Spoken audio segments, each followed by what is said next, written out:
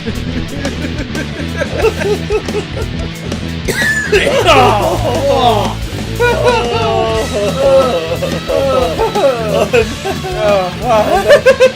then I said, and I love you, Andre 3000.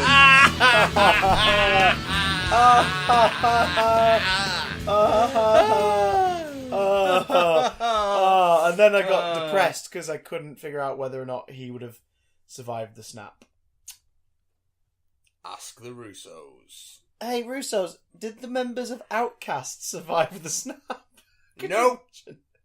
Could you imagine if that was the question? Apparently, all the Mets didn't. Yeah.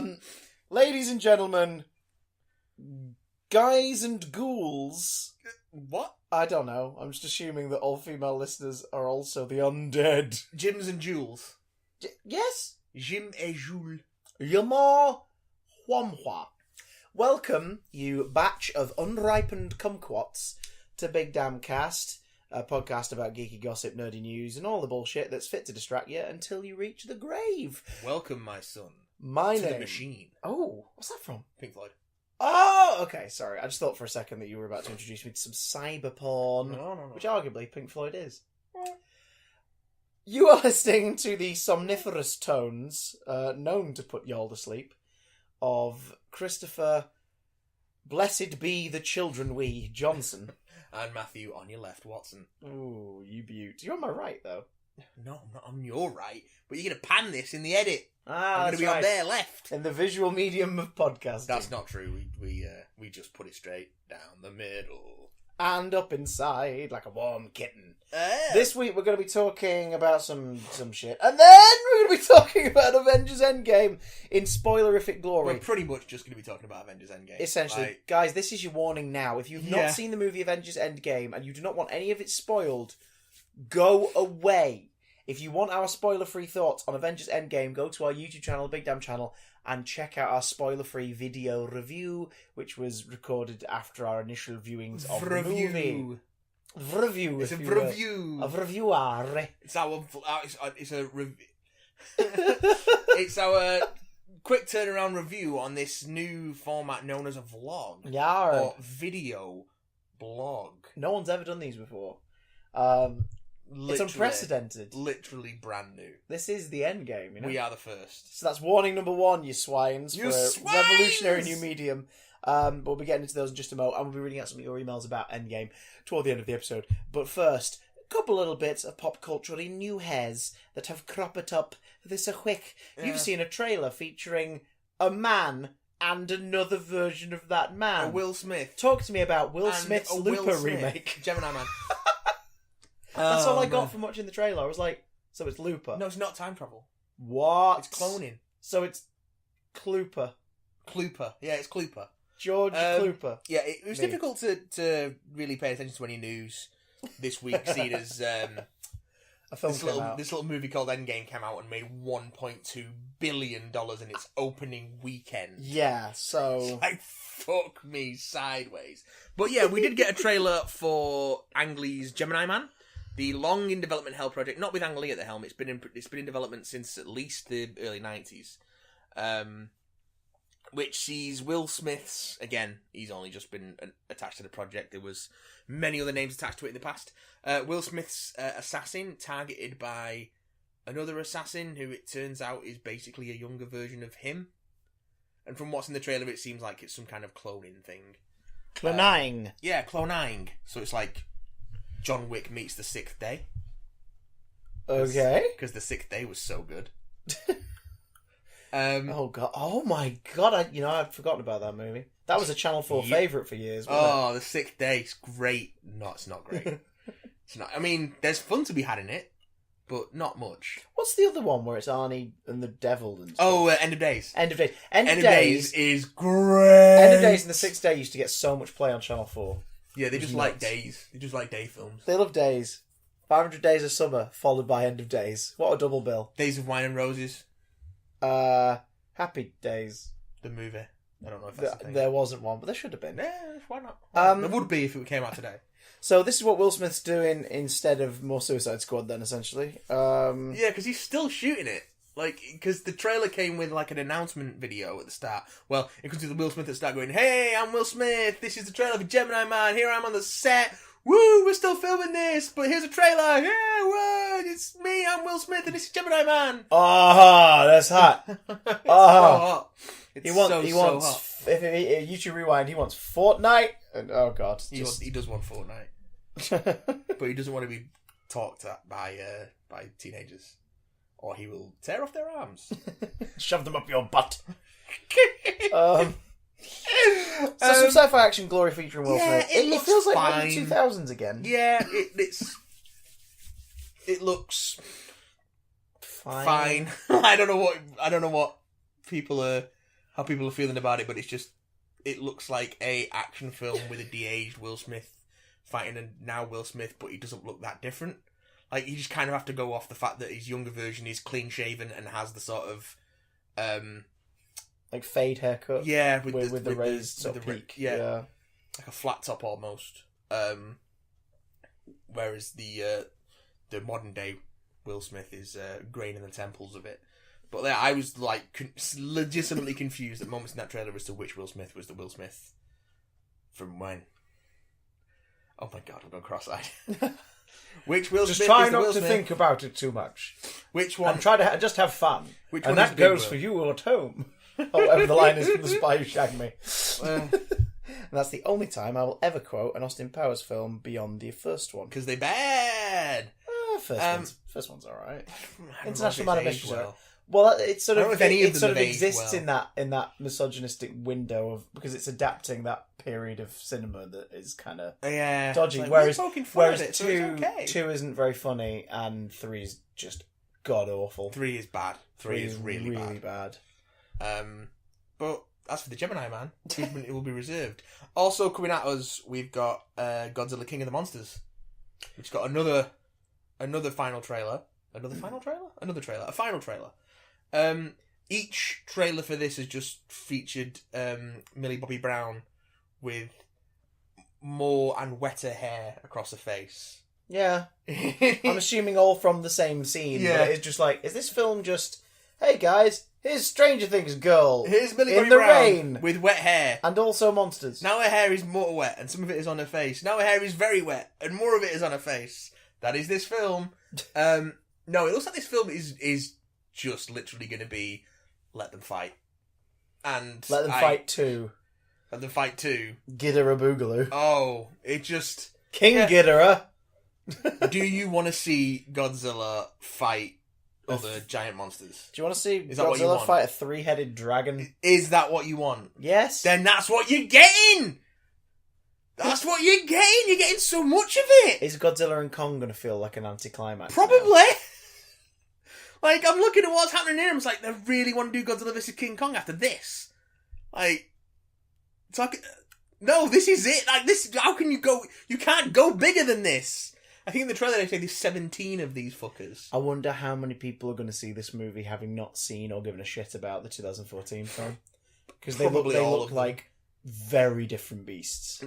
Yes, even though it is in fact the same beast. And with more beasts. And a confirmed canonical sequel to that movie. But it's just like, eh. I think some of the cast are returning from the old one. I think Sally Hawkins and... I think Ken Sally Watanabe Hawkins is in the trailer, and Ken Watanabe is in the trailer. So, yeah. And Monarch are the sort of folks working on this thing. Don't you mean S.H.I.E.L.D.? Don't you mean Prodigium? Don't you mean Task Force X? Oh, God. Fantastic. Cadmus. Oh, God. Yeah, it looks good. It looks really good. It looks like giant monster smashy. I hope it's as big and as dumb as it appears to be in the trailers. I want that. I want it to be bigger and dumber than Rampage. If it's bigger and dumber than Rampage, then I'm happy. I've still not seen that. It's pretty good. I imagine it's just like the Rock and some CGI monsters. Was it a fire-breathing flying wolf? The wolf does not breathe fire, but it does fly. Oh, I'm sorry for the superpowers of this giant. Yeah, Rampage wolf. is just balls to the wall bonkers nonsense, and you can't take it seriously at all because no one involved was. Well, It's I it's don't good. know. Dwayne seems pretty serious and invested in everything. Don't he get me wrong. does. He's invested in that he does a good job, but like with that and Skyscraper, like he was not taking them seriously. Die Hard, but with CGI. Skyscraper is rubbish, but great fun. But it is rubbish. Do you know what else is rubbish but great fun? Avengers Endgame? No! Because it's amazing! It's amazing! Whee! And great fun, but it's also very long. Boys and girls, this is your second spoiler warning. Second Seriously. and final spoiler warning. If you don't want the plot of Avengers Endgame spoiled for you, go away now. Because if you watch the trailers and you're like, no, I think I get it. Boy, them trailers show you stuff from the first 20 minutes, and that's your fucking lot. I will say that There's a couple glimpses of the final 20. They do it in such a way where it's not in.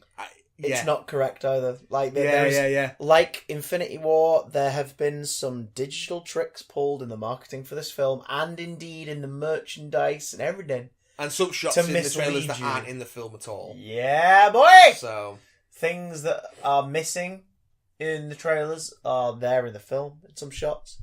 Things that you see in the film, you see in the trailers, look completely different in the film.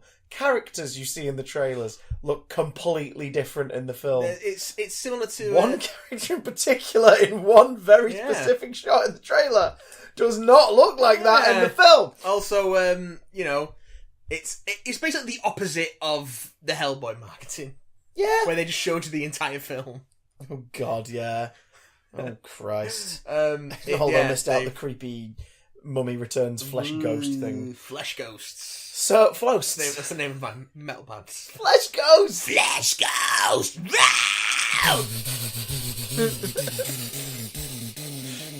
Spoiler warning. So my favourite part of Endgame was the Flesh Ghost. No, Flesh Ghost! Did anybody here order a Flesh Ghost to save the universe? Flesh Ghost! Okay, let's talk about Avengers. Flesh Ghost! Yes, Hulk. You're alright. Flesh Ghost! Okay, so, to keep this coherent... Yeah. And so that we can cover everything, because here's the thing. This is a long-ass movie. It is. It's 3 hours and 1 minute long. It's so dense, but I think, as I described it in my review, it's 3 hours of pure satisfaction. Yeah, this is the first of these movies that is completely a season finale. Like, this isn't its own film. You can watch Infinity War having not seen any Marvel movie and pretty much get it. You'll get more out of it if you've gone on that journey, but you'll get it. And you'll go, oh, that was a downer ending. This movie is part 2 of Infinity War. You cannot watch this without having watched at least Infinity War and probably at least half of the MCU. Like, the amount of I think you can watch it without seeing anything other than Infinity War, but you will be missing out on so much satisfaction. I think you have to watch Ant-Man and the Wasp as well. For a movie that's so inconsequential on the surface of it. Oh, I know. I think you have to watch it. This film is going to send people back specifically to rewatch Ant-Man and the Wasp and Thor the Dark World. Yep. Those two movies gain more traction and sort of overall staying power as a result of this film. Yeah, you heard us right. Thor the Dark World. Because they focus on the one really interesting character thing from Thor the Dark World. And AKA they the go least with it. the least good MCU movie. But it gets so much love. And they freaking got Rene Russo back and Natalie Portman for a couple of shots. Yeah. A couple of shots and a line of ADR. She turned up at the premiere and was like, But aren't you guys on bad terms? It's like, not bad terms, but she basically said, yeah, I'm not doing those again. And it's like, okay. Yeah, I thought The Dark World was probably a bad experience for everyone. I think Eccleston was given a heads up that the plot of Dark World was crucial to this. Because last week he randomly posted a picture of Malekith on his Instagram and put for the Marvel fans. And it was like, that's random. And now I'm like, did he know that his movie was getting like a bit of a nod in that one? Because Malekith's like dead center of the screen at one point in the briefing room. It's like, fucking hell, there's Chris Eccleston in the middle of this bitch. There he is. Oh, Dark Elves. Hopkins doesn't even get a visual nod in this film. No, he does not. So unless you count Chris Hemsworth slowly morphing into Anthony Hopkins. And The Hillside.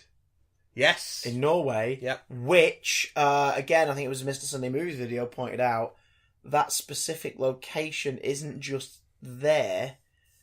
It's, oh my god, where is it? It's tied into the Thor history. It's the village in a different way. So it's the same village. Yeah. That is mentioned in the Viking era flashbacks from the first Thor movie. And is in Captain America, the first Avenger. The resting place of the Tesseract. Oh my god, so there we go. But it turns out from the shot of him and Valkyrie at the end, oh shit, is that where Odin was? Yeah. Is that the cliffside that Odin was on in Ragnarok? Oh my... Okay, see what I mean, guys? We're just going to end up bouncing. So there's just so much in this film. We are going to the most reliable source of information on the planet's younger, more misinformed Beckett's cousin, Wikipedia. Because out of the sites I had a peek at, Wikipedia had the most sort of linear and comprehensive plot summary. Yeah, we're going to go through this movie. So, whilst missing stuff out still. For example, we're going to open up here with something that the Wikipedia article doesn't have in it, which is the opening of the movie. Called it. Yeah. Fucking called it. Final spoiler warning. Here we go. The Guardian review actually says outright that this is how the movie opens. Oh, there's some mild spoilers in Peter Bradshaw's Guardian review. It's a 5-star review. It's a very good review. I'm sorry, but lots of others have managed it without giving a damn thing away. Yeah, he gives away in the review that he gives away Professor Hulk. He gives away the opening scene, and he the way it's phrased confirms that time travel's involved. Yeah, that's dick move, dude. So. I know he's not doing it to be a dick, but it's like these things are so much more enjoyable when you don't know they're coming. Although, can I just say before we get into it, this movie should have been called Avengers Forever, and I've been saying that for about 2 years. You know, I agree, but at the same time, you know how smug they were calling it Endgame, because I only realised this past week that the first mention of Endgame isn't in Infinity War, it's in Age of Ultron. When Tony's talking about, like, we can bust arms dealers all the live long day, but up there, that's the end game. That's a line in Age of Ultron. When he's referring to what's out there. Yeah, but this is also basically the plot of Avengers Forever. True. But when he's referring to out there, that's the end game, he's referring to what he saw through the wormhole. And what did he see through the wormhole? The same shit that comes crashing down to destroy Earth at the end of this movie. Yeah. Which now I'm like, I now understand why they chose not to reveal the title. Because people would have been picking things apart and going, oh, right, so it's going to have to do with it. Because do you know what I mean? So I kind of get it now. I'm like, fair enough. I understand. You did plant a clue to what this film's plot would be, or at least the risk of the threat in this film would be as far back as 2015. So I kind of get it. Yeah. But anyway, opening scene. Pretty fucking dark! But again, not gratuitously so. No. Like, it's the dusting happens off camera for Clint's daughter and 2 sons and wife. Yeah. Little details I like in this scene. I like the fact that he's still under house arrest. Yep. Like, Scott got off house arrest much sooner, which implies to me that either Clint's sentence was longer, or he had tried violating it at some point and was given a longer sentence. Possibly. Because Scott's let off sometime in late 2017, early 2018, and then the post-credit scene in Ant-Man the Wasp is sometime later in 2018. I think they imply it's not that much later, though. Not too much later. Like, could be a few months or what have you, because the snap happens in, like, April of 2018, doesn't it? Yeah, something like that. So, it's just, like, the idea that, like, hey, look, Hawkeye's happy. Yeah, I think he's going to be fine. Everything's going to be... Oh, wait, you found this discipline. Yeah. They did. Oh, Clint, they did. Oh, yeah. Also, mayo and mustard? I like ketchup. The youngest is the only one with a sensible head on his shoulders. I like mayo, but it's not a hot dog topping. Good lord, no. Mustard is. Mayo is the devil's... mayo. Mayo is the devil's spunk. And also, mayo and mustard together can be good. Don't write it off. Don't write it off. What if the mayo is within your burger sauce and then you add mustard to the burger? I suppose that works. Also good. That kind of works, but not straight mayo and straight mustard on their own on top of something. That's vile. Anyway, Avengers Endgame, 2 stars. Thanks for listening, everyone. This is the condiments episode. Oh god. The thumbnail should be Condiment King, but the title Avengers Endgame with no explanation. Just a bottle of mayo and a bottle of mustard. And a bottle of ketchup far away looking sad. Dusting into the wind. Ah! And then a song begins over the start of our logo. And I get why, in terms of the overarching umbrella of the MCU, they put the Stan tribute in Captain Marvel. Not just because it was the first film to come out after he passed, but because I think for the effect of this one, I think it would have taken us out of the moment that the Stan tribute happened here over the logo. Yeah. Whereas in Captain Marvel, it felt more appropriate, and also his cameo in Captain Marvel is such a sweet, like, hey, it's Stan! Nod. So it's like, fair enough. At the moment that started, I was like, we're cutting to the ship, aren't we? They've managed to get in. They've managed to get it up and get out there. Okay, let's see what's going to happen. Tony and Nebula playing table American football, playing goal shootout, flicking little folded things over. Which also sets up Tony's flicking skills for later. Yes, yeah. Tony's flicking skills. Ooh. I love how malnourished he looked. Oh my! There's really so much. Really subtle until he gets to Earth and you see him with everyone else and you go, "Oh my god, Tony looks really sick." Yeah, I thought you don't really notice it in the ship because he's sort of slumped. And, but I thought like, oh no, he's lost a bit of bulk there. Which you would do had you not really eaten for 21 days in a row. Yeah, 22. But yeah, it's that case of. What was I saying now? There's a lot of... They leave it for you to fill in the gap here. Yeah. You just have to assume that once Captain Marvel in her post-credit scene rocked up at Avengers Mansion, answering the pager, you have to assume that Rocket's like, right, find my friends. My ship's here somewhere. Here's coordinates, whatever. I think people were expecting that stinger to be a scene from Endgame, but it's clear that actually that happens before Endgame starts. Well, before the present Endgame starts. Captain Marvel is sort of an addition in this movie. She's an add-on, and which I think is an excuse for some badass stuff. This was shot before Captain Marvel. Yeah, directors gave it all approval, all of her character choices, and apparently were present on set for a lot of her scenes. So that they were very much like thinking of where they were about to take Carol. But I think where she was coming from. Yeah.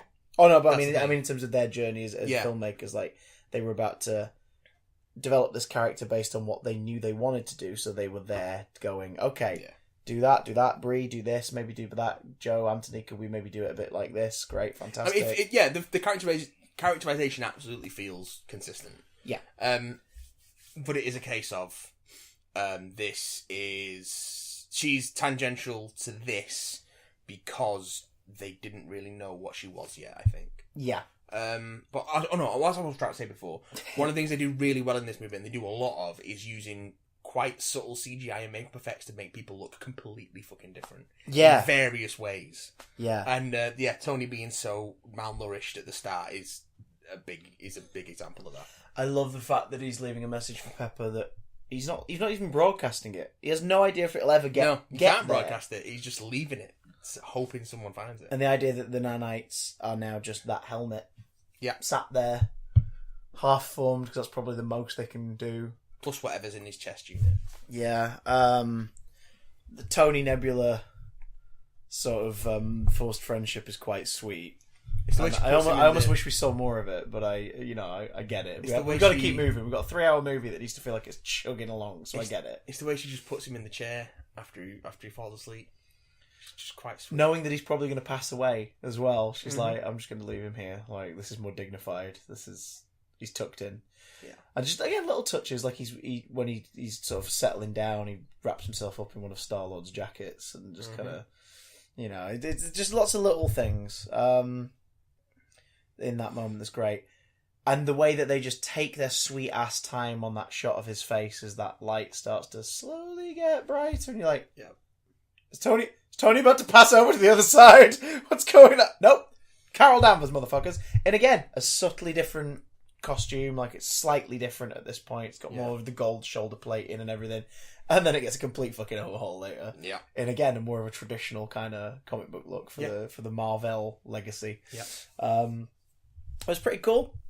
So, Tony's brought back to Earth, and we finally get our kind of character confrontation that we've been wanting to see since the end of Civil War. Oh, him and Steve are not best of friends anymore. Like, he's happy to see him, and then he immediately is like... Tony's suddenly doing something very out of character for him, which is putting the blame on someone else. Yeah. And he's like, it's you. You're the reason told you this was going to happen, yeah.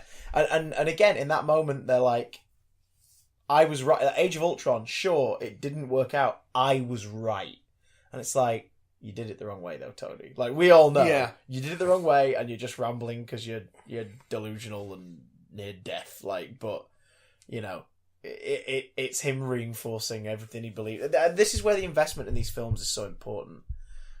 To getting everything you can out of this film, because all that stuff that's bubbled up since Age of Ultron between them is there. It works because it's been set up over the last decade. Yeah. Which is great because it frees up the filmmakers to just dive straight into it. Yeah. You don't need to have the setup because you've had the setup in all the previous films. It's the freedoms that TV gives you traditionally over a season. In this case, this season's been a very long one.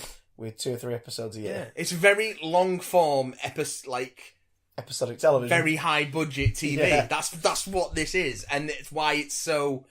That's why this film to me feels like a season finale. Like there's definitely room for continuing now. This feels like the season finale to this very long series we've been watching. When we saw this, came out of it, of course, both of us, me and my partner, went to the bathroom, and while she was not the same bathroom because that would have been weird. No. Well, I was waiting for her to. I mean, we could have if you were the same gender, but even then, you wouldn't necessarily like go urinal to urinal and be like, "So what do you think of the movie?" I probably would. You think? Yeah. Sort of like crossing the streams, the same urinal, cubicle to cubicle, you know. Yeah, but no, they're the same urinal, different urinals, obviously. And Ratio, go. No, but I was waiting for her to come out because, of course, it always takes longer in the women's than it does in the men's because they haven't got urinals. And I got a message from her saying, there are so many women in this toilet crying.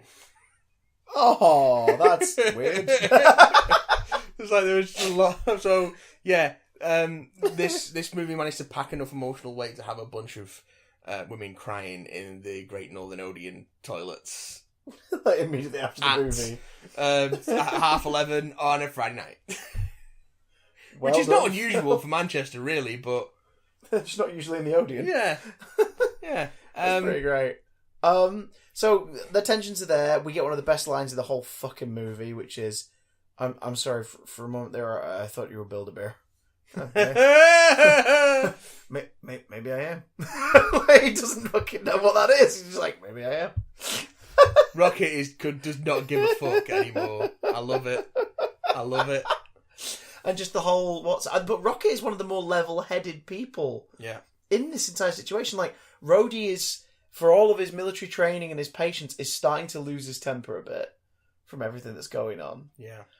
Which I suppose would be sort of a natural feeling, because everybody in that room, Rhodey probably feels like the most sort of powerless in a way. Yeah. Like he's amongst gods and monsters and supermen and all this, and you know he's usually the one who's quite level and quite. I don't know. I think Widow would probably feel most like that because he's got his suit at least. True, but I think also he would consider her more of a. She's more of very much that Avengers thing. Like, do you know what I mean? She's been there since day one. Clique. Whereas you know, and he in the last like year and a half of his character arc has lost the sort of complete functioning use of his legs. He has lost his best friend and is now watching him near death in front of him, losing his shit. Yeah. Like, he's just seen half the population of the planet, and now he finds out the universe disappear. Like, Rhodey's at the end of his tether now. Don Cheadle... Oh, I think it's my delivery. Don Cheadle does a damn... If this is that package that I was telling you about before, I will be fuming. No.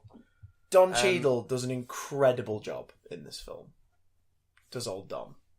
I mean, yeah, Don Cheadle's great, and if you should put him in your movie, if you can put him in your movie, you should put him in your movie. Again, it makes me very happy that we're in a world where War Machine is a character in a movie that people absolutely love and adore. How many films has he been... Right, counting Terrence Howard's appearance as Rhodey in the first Iron Man, how many films has War Machine been in? The 3 Iron Man movies, Age of Ultron, Civil War, Infinity War, and Endgame. That's 7 movies where the Iron Man character War Machine has been in them. Out of 22 or 23? Is it 23rd? This is 22nd film. 22nd. I got confused when I was reviewing. I was like, is it 22 or 23? Ant-Man and the Wasp is the 20th. So Captain Marvel 21, this 22. Okay, yeah. 11 years, and that averages at 2 movies a year. Fucking hell. Yeah. And even then, some years it was 1 movie and then 3 the next year. And it's not even been 11 years since the first Iron Man, really. Yeah, we're on the cusp of it. It's a couple months away, yeah. A couple months early. Mental! But, yeah, so I mean, Rhodey's sort of... His patience is waning out at this point. Everyone is stressed as hell. Thor, of course, is in the worst place he's ever been. Like, last film, we got to see him really juggling with the idea of not his mortality, but mortality as a concept and what it really means to outlive everyone who matters to you and see them taken from you. Thor was dealing with some heavy shit in the last movie. Yeah.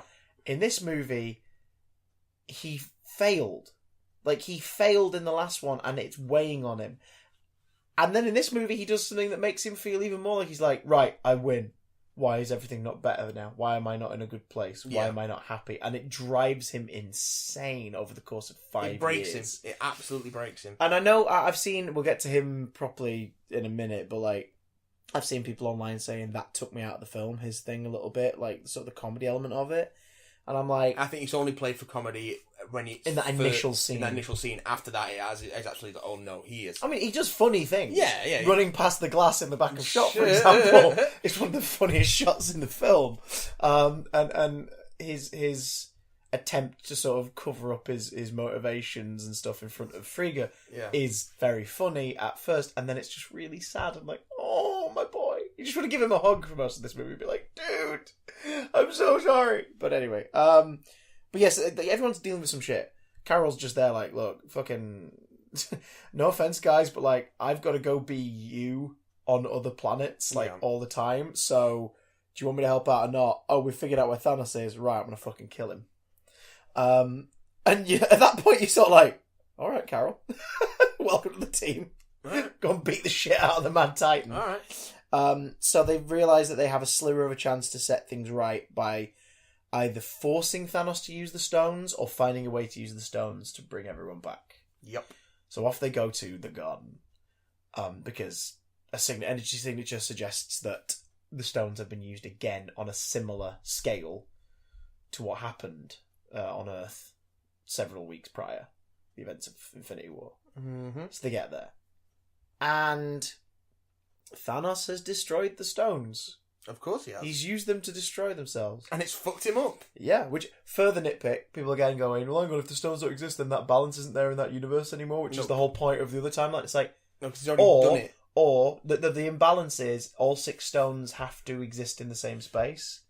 If one of them is taken out of it all, that's where it goes skew-if it's left like that. It's all or nothing. These stones now don't exist at all. Yeah. So, the universe as is created continues just without the stones. Whereas in the other one, it's a case of, they need to get the stones back eventually, because otherwise things can go all weird.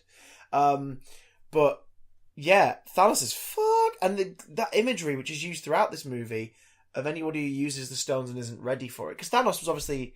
The whole point of him in the first one was like, oh my god, you're powerful enough to wield these things and be fine. No, it's not even... But then the big thing is the one that sort of takes it out of him a little. You see, when you see him in the garden after the snapping at the end of Infinity War, he is injured still. The gauntlet's toasted. Yeah. He's injured. Well, he's mostly injured from the axe wound in his chest. Yeah. But he's definitely a bit fried. This time, he is fucked. It's that whole side of his body is withered. And that is a great, really creepy visual that continues throughout the movie. The idea of like, these things are powerful and they will take everything out of you. I mean, the Guardians, we saw one of them nearly burn up everyone. Yeah. So, yeah, like these are not to be trifled with. So he's destroyed them. And I love his reasoning. He says, like, I did it because, like, my action is now permanent and can't be undone. Yeah. And the only thing that they would invite if they were still around would be temptation. And he's sort of implying himself. Yeah. He's like, if I keep these around, I'm just gonna fucking sin and be a lecherous, I'm gonna use them again. lecherous, murderous bastard and fulfill my own fantasies. And that's not what my mission was. I've done my mission and I've got rid of them, and now it can never be undone. And I love that because he is just broken when they get there. Like first thing, Carol knocks him down, punches him out. Hulk bursts through. Hulk in the Hulkbuster bursts through the floor and grabs his arm. War Machine holds his other, and while Carol's got him in a headlock, Thor comes in and fucking cuts his arm off. Yeah. Separating him from the gauntlet. Which is genius, because it's like, yeah, if he still had the stones, that's a great way to immediately get him off them. Like, surprise attack, cut your arm off. Boom. Right. But yeah, no, they're already gone. So Rocket finds out, and he tells him what he's done with them. Nebula confirms that he wouldn't lie. And as he sort of... Well, he gets that brilliant line where he's like, everything can't... nothing can be undone. I've finished it. Like, it cements what I did. I am inevitable. So he's just saying, like, the moment I set my heart on doing this, it was going to happen. Done, yeah. And I've done it. And it'll never be changed. Fuck you.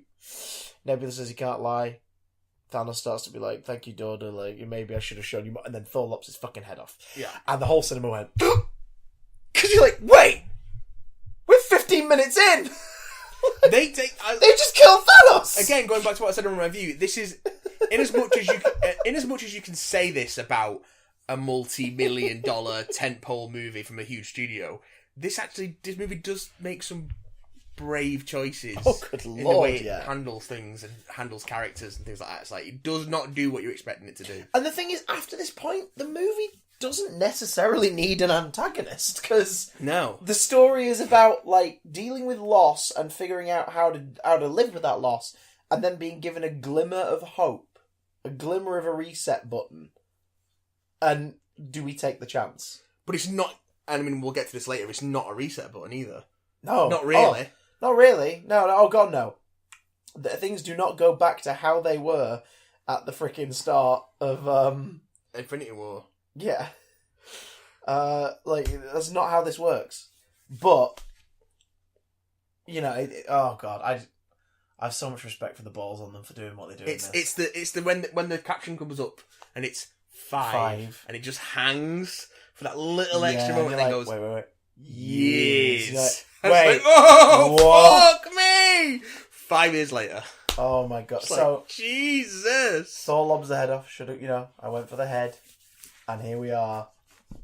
In a world that is unchanged from the situation it was left in 5 years later. Yeah. Half of everyone is gone. Yeah. There's an implication that certain institutions haven't returned yet to a point. Like, professional football's fucking done. Yeah, there's no one's I'm playing. assuming no one's playing because there's just, there's an overhanging vibe across the world that people are miserable as fuck. Well, you see Steve at the running his therapy group. Yeah, with for survivors. Is it Anthony Russo or Joe Russo? It's one of the Russos. Yeah, playing his third character in the MCU. Why not?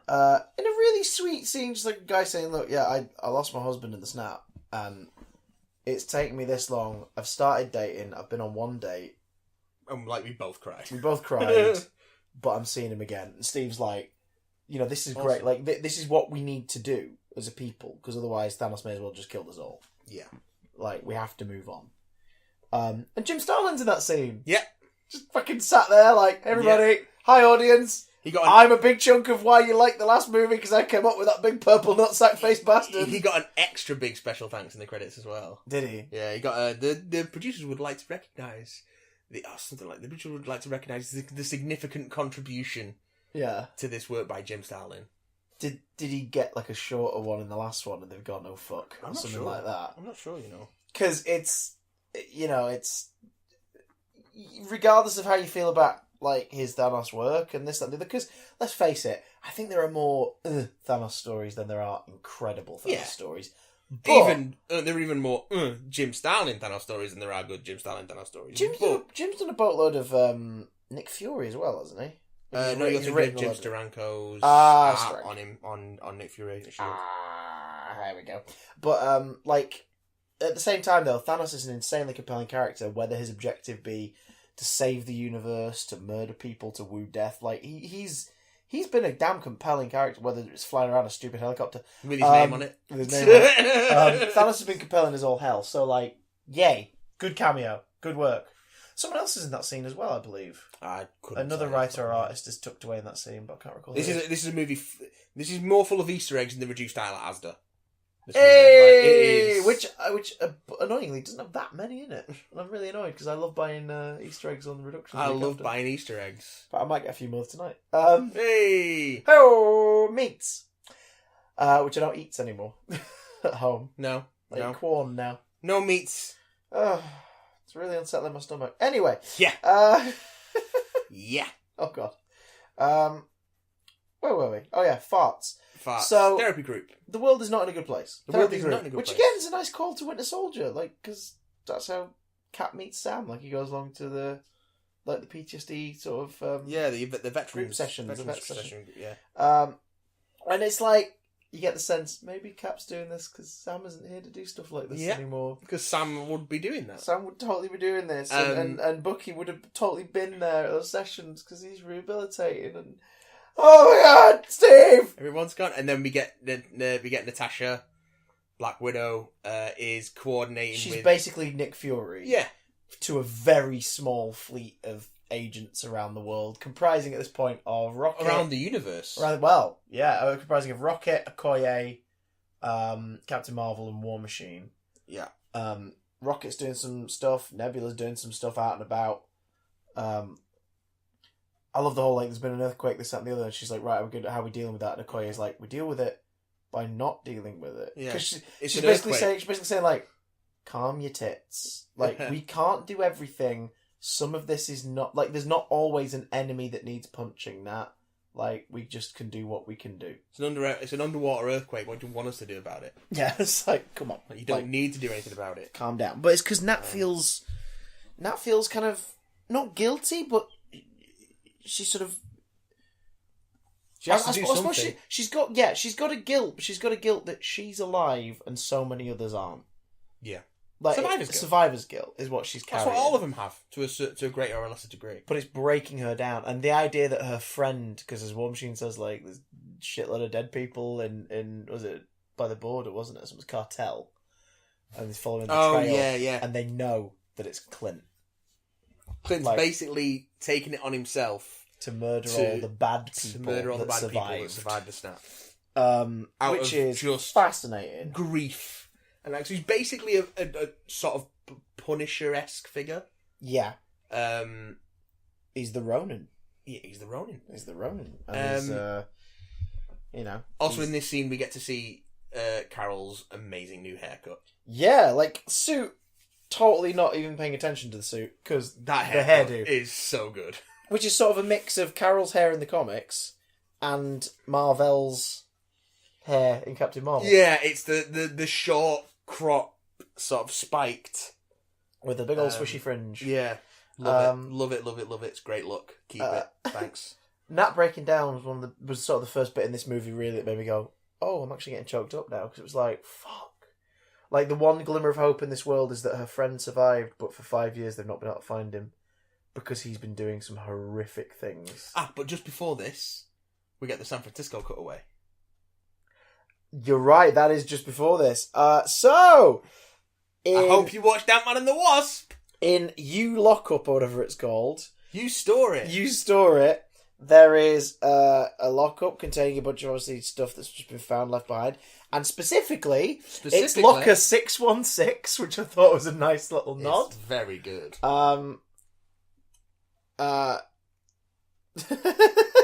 It's very good. The ex-con... Right, Twitter. The best meme on Twitter in relation to this film is the one that says, the true hero of Endgame, and is just sharing pictures of a rat. Because by sheer happenstance, a rat crawls over a console in the front of that van, switches something on, and the quantum tunnel machine from Ant-Man and the Wasp in the back of that van sparks up and spits out Scott Lang, who has been away for 5 hours. Quantum time.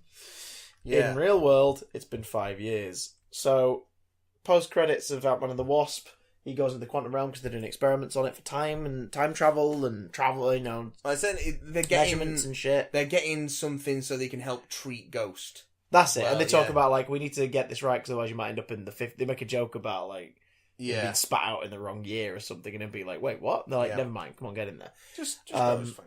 So planting that seed back in Ant-Man and the Wasp. And then, of course, Janet and Hank and Hope all got dusted in the snap. Scott comes back. Carrying his stuff around. Like, that was nice. It was a glimpse of how the world's coping. There are memorial sites for the missing. A lot of the places where the worst happened has just been abandoned. Yeah. Like, they're just not... No, people aren't even bothering trying to rebuild. And he sees that he can't find Cassie's name, his daughter Cassie's name on the murals. Yes. But he sees his own. We don't find out if he sees his ex-wife and her husband's names on there. I think at that moment it's more just the desperation of, is Cassie okay and where is she? I think it's implied that they probably have gone because Cassie's on her own. Yeah, or seemingly is. And she's a teenager at that point. Yeah, because we're trying to work out her age. So, like, Ant-Man and the Wasp happens in, say, late 2017. Yeah. Which means there's a few months between the end of that film and the post-credits scene. Yeah. Which would make sense, because, like, Hank and Janet have settled down on a beach somewhere, but will have come back to San Francisco after the heat's died down a bit. Yeah, to do these experiments. Yeah, suggesting that the events of Infinity War happened in April 2018. So Cassie, say if Cassie was 8, like a very young 8, but she's 8 in Ant-Man and the Wasp. She's maybe 8 or 9 during the time of Infinity War, when everyone gets dusted. This is 5 years later. So we're talking like a 13-year-old at the earliest Cassie. Very tall 13, but, you know, whatever. Yeah. Could be 5 and a bit years later. Like, they just say 5 years later. It doesn't mean exactly 5 years. Well, quite. Could be about to turn 14. But anyway, so it's like, oh my god, that scene is so short and beautiful, and this film does that a lot. It relies on its actors to deliver a shitload of information, usually wordlessly, and they do the job magnificently. Yeah. Especially characters who only appear very briefly. And they can do the job because it's all been set up. One of my favourite performances on my second viewing was Ned's face in the closing 5 minutes. Because it says everything. When he's hugging Peter, it says everything, and he doesn't say a damn word. But the thing is, same with Angela. So he must have been dusted as well. He must have been. All of Peter's supporting cast must have been dusted. Yeah, because they're all going to be in the same age, and they're all going to be in school in Far From Home, which will presumably be set in 2023. Yeah. Same with Wedgie McHowler. Same with Angela Bassett. Toward the end as well. Not a damn word. She says everything on her face. Beautifully done. And that happens here with the short moment with Cassie and Scott. Mm-hmm. So Scott rocks up at the Avengers facility and is like, look, oh my god, I'm not only alive, I've only just found out what's happened, and also, guys, so time works differently in the quantum realm. I'm obsessed with the idea that maybe we could make time work differently. Yeah. Anyone want to help? Anybody? Well, Tony might be able to help, except Tony's got a whole new bag to rely on now. Papa's got a brand new bag. Including a 4-year-old daughter named after Pepper's crazy Uncle Morgan. Morgan Stark. The cutest. Oh, she's so sweet. She's so cute. She's so sweet. It makes sense that Tony would shut himself away and focus on the things he wanted from life before Infinity War happened. Yeah, too right. I love that setup. And I also love the fact that he's happy, but in classic Tony style, it's eating away at him. Oh, yeah. That maybe he's doing the wrong thing by being complacent. And I love where they go with that. I love that he's like, I'm only going to do this on one condition. When we have the chance, we only bring back what we lost. We don't get rid of what we've gained. Yeah. And it's like, we're not turning back time. We're bringing everyone back. So we're bringing everyone back. And it's like, fair enough. Like, that's brilliant. The way they do that is absolutely brilliant. And you totally get it. And she loves him 3,000. He's got too much to lose, and she loves him 3,000. Oh my god, it's just too much, Chris. It's that moment where he's just like, just for because that's the thing as well. Like, he won't listen to Scott and Steve and Tasha. Like, he obviously eats away at him a bit, but he's like, no. And then he sees the photo of him and Peter, and because I suppose that's his most personal source of guilt. Yeah, is that he got Peter killed. Like, the kid died because of his involvement. That is straight up where they go with it, and so that's the thing that makes him go, right, Friday, just run in some ideas. Like, theoretically, try it this way, and this, that, and the other, blah, blah, blah, see if time would work that way. And then on his first go, it's, like, successful. And just that music cue and the way he just goes, like, that he just hits him, he's like, oh, fuck, it's like, I've got it, like, it's here. The chance to change things is right in front of me. And just that conversation with Pepper's wonderful, where he's like, I figured it out, and he's like, but I could just put it in a box and throw it into the ocean now, like. And she knows, like, no, you can't. Well, that's the thing. She's like, I want things to stay the same, but if we have a chance to make it right for everyone, you should take. And you're not gonna. She says, like, you're not gonna be able to rest. You cannot. Which is then beautifully fucking bookmarked at the end. Yeah. Oh my god. We'll get there. We'll get there. Oh my god. We'll get there. So Tony joins them after some shenanigans that make Scott pee his pants, but he doesn't know if it was baby him or old him, or just him. Yeah. Again, great. what all these Marvel movies do is they have that humour to balance it, because this is the darkest Marvel movie by far, but it's still smart enough to have levity in there. And well, I mean, for example, in lieu of Tony, they go after the next biggest brain they can think of. Yeah. And that provides some of the film's funniest moments. Because it's Banner, who, after the events of Infinity War, realised that the Hulk's almost like reluctance to ever emerge again is down to the fact that he feels like he's trapped. Like, he was free for a couple of years.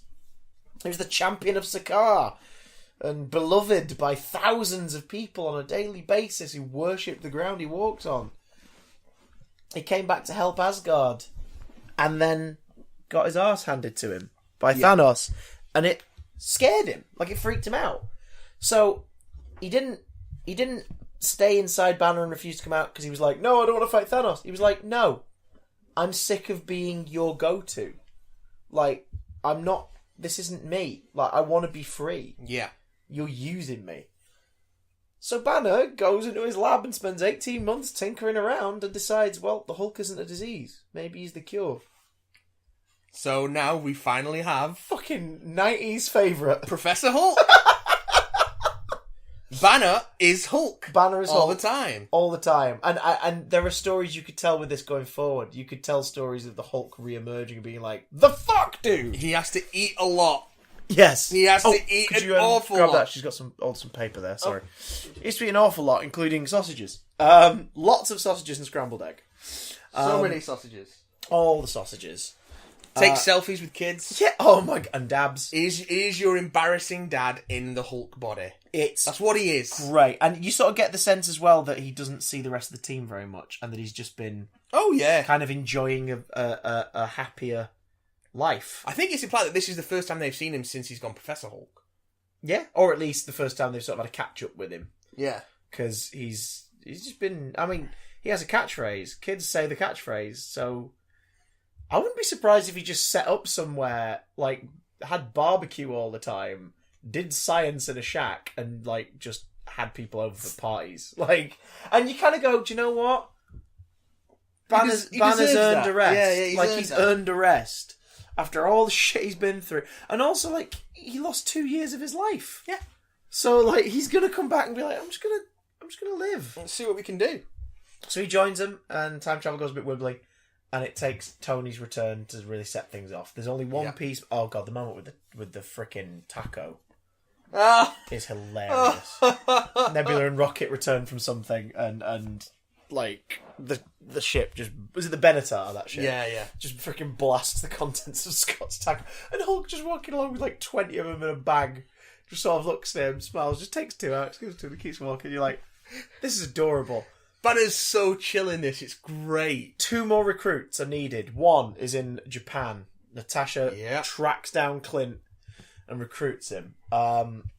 And he is not in a good place. Nope. It's been 5 years since his family were dusted and he lost them, and he, like you said, is just killing all the bad people out in the world. Yeah. And it's pretty badass. That single shot is so well done. Yeah. The fight between him and the I'm assuming it's a triad boss? If it's Japan, it'll be Yakuza, yeah. That is amazing. So well done. And the way that Nat basically just like, we have a chance to put it right. Please stop. And he obviously he's beyond caring, but he's like, for her and for the chance to maybe bring his family back, he will stop. Like he's gonna come this once. It's that Punisher thing. Like he's gone so. He's come so far that it's difficult for him to go back down. And because he feels like, again, it's gone back to the of something we were talking about before the podcast, of that idea of these characters feeling like monsters at one point or another. Yeah. And that's kind of what he's become at this point. He's become a murderer. He's Clint Barton, the murderer of men. Yeah. Not Clint Barton, the Avenger. He kills people. And he says, the rest of the... I'm of a mind, make some moogie. I'm a mind, make some moogie. He says, the rest of the world got Thanos, you get me. Yes, that was cool. So it's like, yeah. This is the most badass Hawkeye's ever been. Yeah. And not just in terms of his Ronin stuff, but throughout the whole film. Jeremy Renner is given a gift in this movie of like, dude, you've been so patient. Things to actually do. You are going to be so freaking cool in this. And he is. He's great. And gets some of the best action beats as well. Yeah. There's one more recruit. Let me take you on a little trip in a rocket ship. As we drive to freaking Norway and to a small fishing village. New Asgard. As you said before, like as the site as previously seen in Captain America: The First Avenger. Yep. And seems to be the same cliffside that Odin dies on. Seems to be in Ragnarok. Where the remaining Asgardians... Because here's the thing. It's a quarter of the Asgardians. Yeah. Because that's something that the first film doesn't really spend any time on, which is Thanos has already halved the population of many worlds through slaughter. Yeah. Those halves are also getting halved in the snap. Yeah. So a lot of populations are about to be whittled down to a quarter of what they were. Yeah. Including Asgard. The Life Raft got away, sparing roughly half of the Asgardians. Yep. Pretty much. At the start of Infinity War. Which means we finally get to catch up with Valkyrie. Yep. The remaining Asgardians are in this fishing village eking out a life for themselves. It's Asgardians, there's a few like trolls and stuff. You can see people from the Nine Realms. They're just sort of there. Yeah. All in fishing gear, all living a quiet life. Their king, the king of Asgard, Thor, Odin's son, is back with them and has been for several years, but is only ever seen when he pops out for supplies. Specifically, alcohol, chicken dippers, and peanuts. And lots of alcohol. Yeah, Thor is fucked. Yeah. The guilt of everything has driven him insane. The guilt, the loss of his friends, his family, and the fact that he blames himself completely. It's not that he's doing insane. He doesn't put the blame on anyone else. He's in such a deep depression and a state of denial. He's just let himself go completely. All he does is drink. All he does is drink. He's just piling on weight because all he does is drink. All day. Every day. From morning to the time he eventually falls asleep. Yeah. Between helping Korg argue with teenagers on Fortnite. Which I think is genius, because like, it's 2023. Are people still playing Fortnite? Well, I suppose if half the game developers in the world aren't fucking making stuff anymore. Yes. Yeah. But also Fortnite had a tie-in with this movie in the last one, so it's an appropriate bit of cross-merchandise. Which is quite nice. Audi and Fortnite both get a very subtle shout-out in this movie, considering their big tie-ins to the film. Korg and Meek. Korg dressed as Taika Waititi. Yep. And Meek just sat next to a box of pizza that's bigger than him, just chowing down on pizza. Who cut off Thanos' head? Stormbreaker? And who is holding Stormbreaker? You? That's right. We don't say that name around here. What's really nice is that scene alone, like, Rocket's an addition, but obviously Rocket and Hulk are the only two people in the main cast who sort of are really connected to Thor now compared to others because of the previous two movies with Thor in. That felt like a mini kind of... It was almost like a weird little... And here's what happens after Ragnarok kind of scene with the addition of Rocket. Thor is gone, and he is not in a good place at all. But they managed to... They obviously managed to lure his curiosity enough. And also the promise of beer on the ship helps too. What kind of beer, though? We'll find out. The liquid kind? Bud Light. Oh, no, this is not a Transformers movie. Which beers are tying with this movie? No beers. Thor movie? What do you mean movie? He's sort of reached the level of drunk where he's able to perceive things beyond the human eye. He can look my god, I love the bit later on where he plays an eye drop to his normal eye. Yeah. Did you notice? It's sort of like, nope, there it is. It's like not even his prosthetic one. It's like, did you miss it? Did you get the wrong eye, Thor? And you're like, but just the idea that, of course, he'd have to water it, I suppose. Like, he's got a fucking robotic eye in there. It needs to be moistened. Imagine. Will you be so kind as to moisten my eye? So we have a team planning a time heist. Heist, which Scott's very excited about. Yeah. However, the rules are not Back to the Future, motherfuckers. Yeah, they take great pains to explain, like, we don't have to worry about causing any paradoxes. That's not how time travel works. Like, it's like when you go to the past, your present is now your past, and the past that you are in is now your future. And so basically they're going off the rules of what happens is you create an alternate timeline to a point. Yeah. Like, time exists differently, unless you put things back where they belong. Which is basically how time travel works in the mainstream Marvel universe, in the 616, unless they need it not to for the story. Because that's the thing. The only thing that isn't put back in place, in terms of characters and this, that, and the other, by the end of this, is the Tesseract in 2012 goes missing. Because Loki disappears with it. No, but that would have been put back in place. No, because Steve puts it back in the 70s where they collect it. So that roughly still would have happened that way. But I think... Or there's a branching timeline now where Loki escapes, which will probably be explored in a Disney Plus series. But the point is... of course! Yeah. But again, I love the fact they got Hiddleston back to basically do nothing, really. No. Sit on a bed and throw a thing in the air. So many people come back for this. For little things. For just little bits. Grillo it's great. is back. Yeah, fucking Robert Redford! Redford, out of retirement for a few lines. But as we get ahead, so they get the team, and I love the fact they're brainstorming where they've got limited jumps. Pin particles are what they need. Yeah. And the limited jumps mean that they need to either have lots of little teams or bigger teams dealing with thingies. So, my only gripe with this whole movie... Uh-oh! My only gripe is... Here it comes! They didn't have a plan for Vormir. Because they didn't know what was on Vormir. True, but Nebula knew that Thanos went with Gamora and returned without Gamora. Yeah, but she didn't know what happened there. True, but you think they'd maybe do a bit more of it right. We need to figure out what's waiting there. Like, or do we need to send a bigger team? Yeah, but no one knows. That's the thing. Yeah. No one knows what's on Vormir unless you've been there, and no one they know has been there. I can't wait to see the inevitable comic book tie-in showing Steve returning all the stones. And meeting Red That's Skull. going to be a big fucking wake-up for Steve. Like, the fuck? Yeah. The fuck?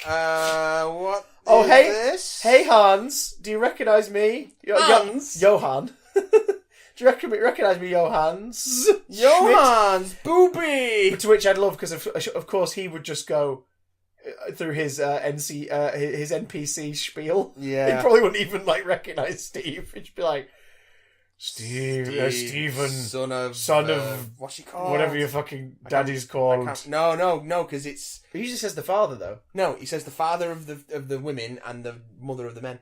Oh, yes, yeah. Because he says... Clint's son of Edith. Yeah. Son of Edith. Natasha, daughter of Ivan, which she... Oh, because he refers to Gamora as daughter of Thanos, doesn't he? Yes. Oh, the Natasha thing's brilliant, because it calls back to a deleted scene from, I think it's Age of Ultron? That would make sense if it's about Widow's backstory. Well, she talks about she doesn't even know her family, like her birth family, which is nice because, like, what you think he knows everything because he knows your father's name? She's like, I didn't. Yeah, like, that is so good. It's good. It's good. So, but anyway, they split up, and I love the fact they figure out, like, if we time this right, 3 of the stones are in New York at the same time. Yeah, there is that wonderful, like, it's great because it feels like the Russo brothers sat down and thought, Christopher Marcus and McFeely. Stephen McFeely? I can't remember. Marcus and McFeely. They sat down and went, right, okay, so if I was, what have you got there? And Minnie's crunching on something. Pick her up. Come here. Sorry, guys, the dog's being a little shit. But yeah, they basically sat down and went, right, what are the fans looking for from this? And what are they gonna think? Like, what are they looking for, and what are they gonna work out that we might miss if we're not careful? And sure enough, they give you pretty much everything you want, and if you have a question about the plot, the film's probably already answered it. Yep. It's very, very tight. Which it has to be. Like, this is the culmination of, as we keep saying, 11 years, 20 odd films. It has to be that tight. I mean, where to begin with that one alone? I mean, here's one thing I'm a little confused about. Okay. It's like, they found of the stones, it's on Morag. It's like, Thanos had possession of one of them already. He had the Mind Stone, the Soul Stone. Yeah. No, the Soul Stone, the Mind Stone. But did he know? Did he know? Because, like, there is that whole thing of, like, the reveal of that being a stone in Age of Ultron. Yeah, I don't think he did know. But, I mean, it sort of seems like he gave it to Loki. Or maybe Loki already had it? Like, maybe Loki brought the scepter into play. And I'm fairly sure he gave it to Loki. So he was like, right, I'm going to give this Asgardian this stone to get this stone. I think so. And you can imagine Loki being the sort to convince Thanos to be like, yeah, give me a stone, motherfucker. So, like, give me the stone you've got, and I'll go get it. Or Loki got the Mind Stone for Thanos, and then was going off to... Because we don't know what Loki's specific history with Thanos is, other than he's working with him at that point in the Avengers, and is going to get the Space Stone. We also don't know what happened... Yeah, we don't know what happened with Loki in between Thor and Avengers, so... So I'm game for that. So basically they're like, right, so the Mind Stone is in Loki's scepter. The Tesseract is the Space Stone. Yeah. So if we get there at the end of the Battle of New York, we can get hold of those two things, and one of us can go to the Sanctum Sanctorum in Greenwich and get the Time Stone of Strange. Because, of course, they don't know that Doctor Strange isn't the Sorcerer Supreme yet. About 5 years too early. Yeah. Doctor Strange is performing surgery as we speak 5 blocks that way, and you're like, oh shit. Yeah. The Sanctum Sanctorum is under protection during the Battle of New York. By the Ancient One! Which is freaking great! Tilda Swinton, ladies and gentlemen, take a shot for Tilda Swinton. Oh, I'll take a shot for Tilda Swinton any day of the week. And I love the fact she's just like, Bruce arrives, of course, and is like, right, I'm sorry, I'm not asking, I need that stone. She's like, boom, palm to your chest shit. Out comes People who only have a vague knowledge of that movie definitely remember this from the trailers. Yep. Right. Again, smartly done. Let's talk. It's like, okay. And I love the conclusion she comes to. She's like, look, if these stones are taken out of balance, the universe, our world, our time, which is different from yours, and thanks to you could now be affected. Yeah. We'll be fucked up. Like, we will tangentially go off and everything will be screwed. Everything will fall to pieces. Bruce is like, I'll return him. She's like, I can't risk it. He's like, right, well then why did Strange give the stone away in the first place? And she's like, What? So yeah, Strange gave away the Time Stone. Like, why would he do that if it's so precious? And she sort of has that moment of, right, because she's aware of the events of the coming years. She knows that Strange is going to be important and that he is meant to be the best of them. Yeah, she can't see anything that happens after her death. Yeah. But she knows that she's doing those things. She has to make those choices for a reason. Yeah. So she's like, Strange would only do that if it was for the greater good. Yeah. So she relents. She relents the stone. She gives it to Bruce. So we've got the Time Stone. The Time Stone. I like also the fact that there isn't really a big fight. There's not like a big hero misunderstanding fight. She just restrains him, and then she's like, all right. And then places the Hulk seemingly at some point between scenes up against the wall with a straw hat over his head like he's sleeping. It's very good. It's very, very good. Because by this point, the Avengers have defeated the Chitauri army. Yeah. Well, and the Warhead stuff has happened already. They're also sort of posing as themselves. So you get... the pose shot, I'll have that drink now. Right, can't just stand around here all day posing up a storm. Yeah. Let's go. It's great. And you're like, oh my god, that's so good. It's great because it references Back to the Future in like, Back to the Future was all bullshit.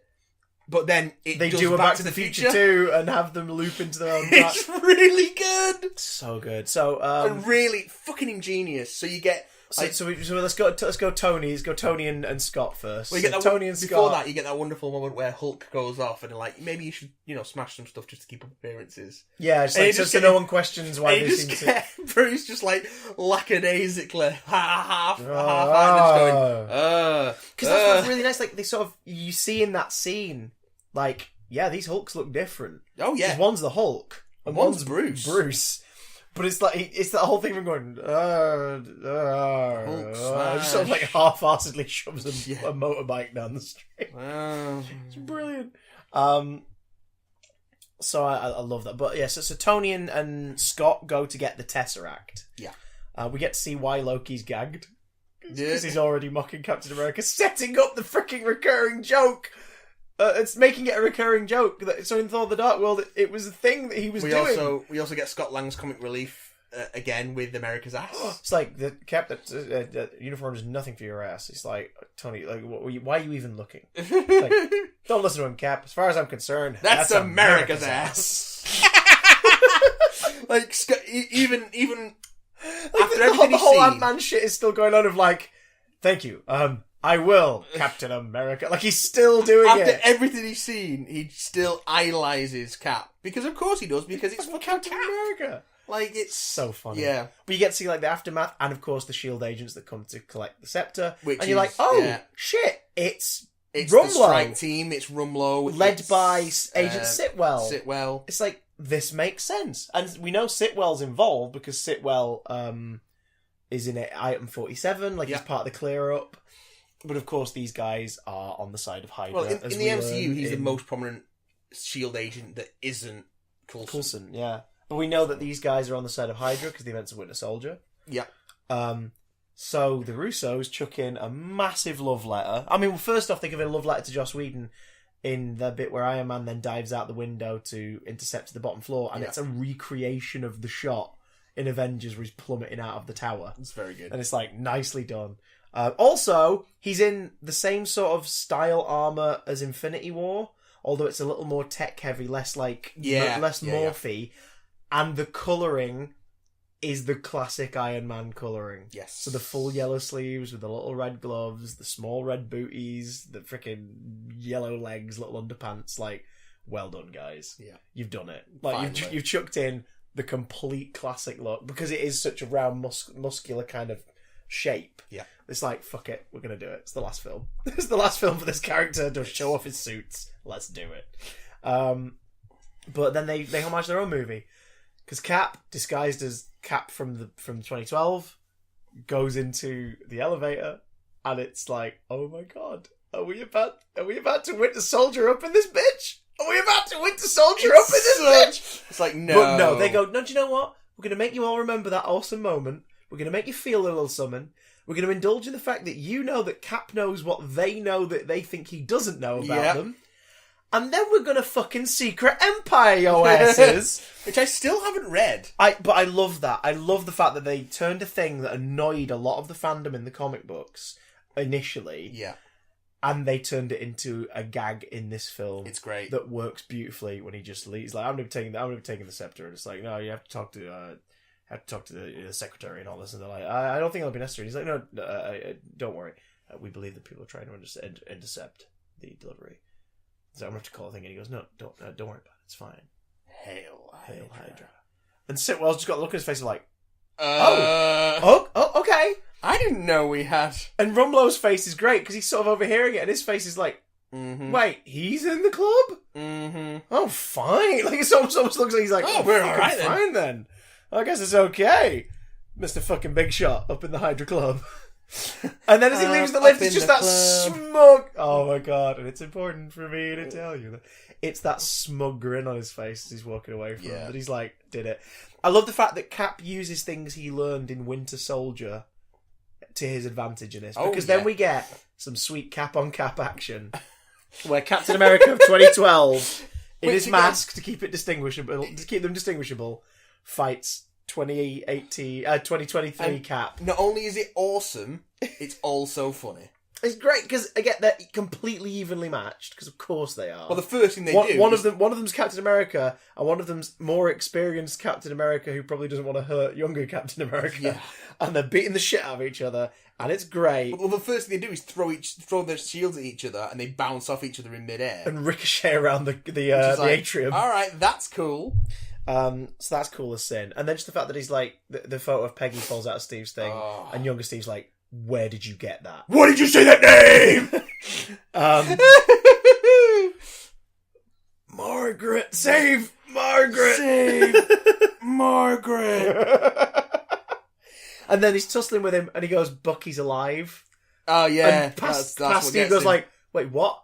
Giving future Steve a chance to nut him with his elbow, grab Loki's scepter, and fucking use an Avengers callback. He basically just sort of like mind controls him, and he falls asleep. He's like. Then takes one look down and goes, that is America's ass. That is America's ass. But also, before that, you get the, I could do this all day. It's like, yeah, I know. Which is fucking great. It's like getting his own catchphrase thrown back at him. He's just like, oh god, I was such a dick. It's like, shut up, me. Shut up, me. So, everything's going well until Hulk has to use the stairs. Scott gives past Hulk Tony hates stairs. A momentary so many stairs. He gives past Tony a momentary heart lapse, which distracts Tony and the Shield agents and Alexander Pierce. Ant-Man does that, and crawling into his arc reactor. Yeah, I'm going inside you, which they don't follow up on because they know on that line alone. Like, no, that line alone. And Thor freaking defibrillates him, not knowing if it'll work. Yeah, it's brilliant. He's got the hammer and it just goes. It might not work. Doom. It's like, oh no, that was crazy. He's like, I know, I didn't know if it would work. But in the confusion, Loki fucking gets the Tesseract and portals his ass out of there. Really good. And it's like, oh! It just had the moment where so Hulk has to take the stairs because he can't fit in the elevator. He's pissed off about it. And you just keep getting these shots of like Hulk tramping down the stairs and starts out just being like, oh, so many stairs! I'd like to find out as well if that Hulk voice was a merge of Lou Ferrigno and Mark Ruffalo, like he was in the first two Avengers movies. That's interesting. I'd be interested to find it because he definitely sounds like that Hulk. Yeah. And the way they got those lines for the first two Avengers was they had Ruffalo and Lou Ferrigno record the lines and they mixed them together. And over time, Hulk's become a bit more like Banner, or has had possession of the body longer, so Ruffalo's been the only voice. That's interesting. But I'd be interested to find out. So that's pretty sweet. So they fucked up and they have to take another chance. Meanwhile, on Morag, oh good lord, what are you doing? Anyway, Let go. Hang on, there's one other stone I'm missing out. No, hang on. Let's go to Morag first. Yeah. So War Machine and Nebula are in charge of getting hold of the Power Stone. Yeah. They've got to wait for Star-Lord to show up and reveal where it is by following him. Yeah. That was my favourite callback joke in the film. Because we get a creditless, like, minute-long chunk of the opening credits scene of Guardians. Yeah. Before we cut to Nebula and War Machine watching it. And of course, without the diegetic music, it's just Quill dancing on his own to a sound in his headphones. Sort of like whisper singing this song. It's so funny. Like, I love the way they course corrected by War Machine just punching Star, knocking him out. Because by this point they're like, it's over there. Okay, let's go. And then the fact that entire scene is meant to be a Raiders of the Lost Ark thing anyway. Yeah. And War Machine straight up is just like, whoa, this is the part where like spikes come out of the floor covered in skeletons. Nebula's like, nah fam. Nah. But they should have looked in Star-Lord's bag properly though, instead of just using his door picking thing. Yeah. They should have looked in his bag properly, because they would have found that bit of tech that sucks the Power Stone's orb out of the shield. But luckily, we've got Nebula's cybernetic arm, and she plows it through. Yeah, she does a Terminator 2 on it and strips it down to the metal. So off they zap after bonding a bit, and it's like, wow, Nebula's really getting on with the Iron Lads in this film. Yeah. Then off they zap, or nearly do, because Nebula starts glitching, because suddenly she's sharing the same subwave network with the Nebula that exists in 2014. Network. Is that the name they give it, or have you just made that I've just made that up to try and describe I like it. Wi-Fi Subwave sounds less network. dramatic. So we suddenly cut to 2014 present day Nebula, who with Gamora is obliterating people on behalf of her father, and then is brought in to meet with Thanos. Still getting chumped and saved by Gamora, though. And that was cool when the Gamora reveal happens. The whole cinema, you felt them sort of go like, yeah, oh no, oh shit, this is earlier Gamora, who definitely is doing some noble shit slyly, trying to undercut her father. Yeah. But is still a murderer and mercenary. We basically go to the scene of them about to be sent to Ronan's fleet to help retrieve the Power Stone. Because in the plot... And they mention Ronan as well. Yeah, he'll go ahead with it or he'll die. Because in the plot, at this point, they would join Ronan, and Korath and his lot have gone down to deal with the Power Stone and retrieve it. Well, they're on their way to do that, yeah. And I'm assuming in this new timeline, they then rock up and they're like, wait, what? Although the stone would be returned, so I guess Quill would wake up and go, oh, what the fuck happened? Never mind. Let's go get the Power Stone. So there's that. But, Thanos arrives in quite possibly the most chilling entrance in the movie. Because you're like, oh my god, Thanos is back in play. But it's a younger Thanos who has no idea what's going on. Until, of course, Nebula's stuff starts to sync up. I loved that. I thought that was proper creepy. And at this point, the movie almost didn't need an antagonist. But as soon as that happened, it was like, oh my god, I know where Act 3's going. Oh, yeah. Where Act 3's going. Younger Thanos is going to try and intercept this happening. So there's that. We cut to Asgard. Rocket. He's probably chosen to go with Thor because he's like, I can speak with him, I can talk to him. Don't worry, we'll figure it out. Because at this, Thor likes him. They have a brief history. I love the fact that in Asgard, when Rocket's being chased, the Royal Guards are going, catch that rabbit! And it's like, oh my god, it's an Asgardian thing. Yeah, that's what all rabbits look like. They don't know what raccoons are. They call them rabbits. Brilliant. So they arrive on the night after Jane has been sort of medically seen to and is about to settle in and get some rest after having absorbed the ether. So Rocket is going to extract the ether from Jane. Just before the Dark Elves descend on Asgard and fuck shit right up. Thor sees his mother heading to her royal chamber and starts having a panic attack. Yep. And can't handle it. Gets slapped in the face by Rocket, who basically pep talks him and is like, you need to fucking book, I'm sorry, you can't change what's going to happen to her. It's going to happen. Yep. That's how it is. You can't do it, mate. You can't stick around here and fight a bunch of Dark Elves and save your mum. Not going to work. But my friends, the only family I've ever had, and a bunch of your friends and family that you've met over the years, we now have a chance to bring them back. Yeah, so we can do this. Fucking stick with me, you bastard. Stay with me. I need you to put the charm offensive on and distract Jane while I stick this in her ass and suck out the ether. I need you in your unkempt Big Lebowski cosplay, fucking beer swilling. The extent of his disguise is he's got a bit of a robe over the outside of just his hoodie. He's wearing a hoodie. He's still wearing a fucking hoodie. It's just...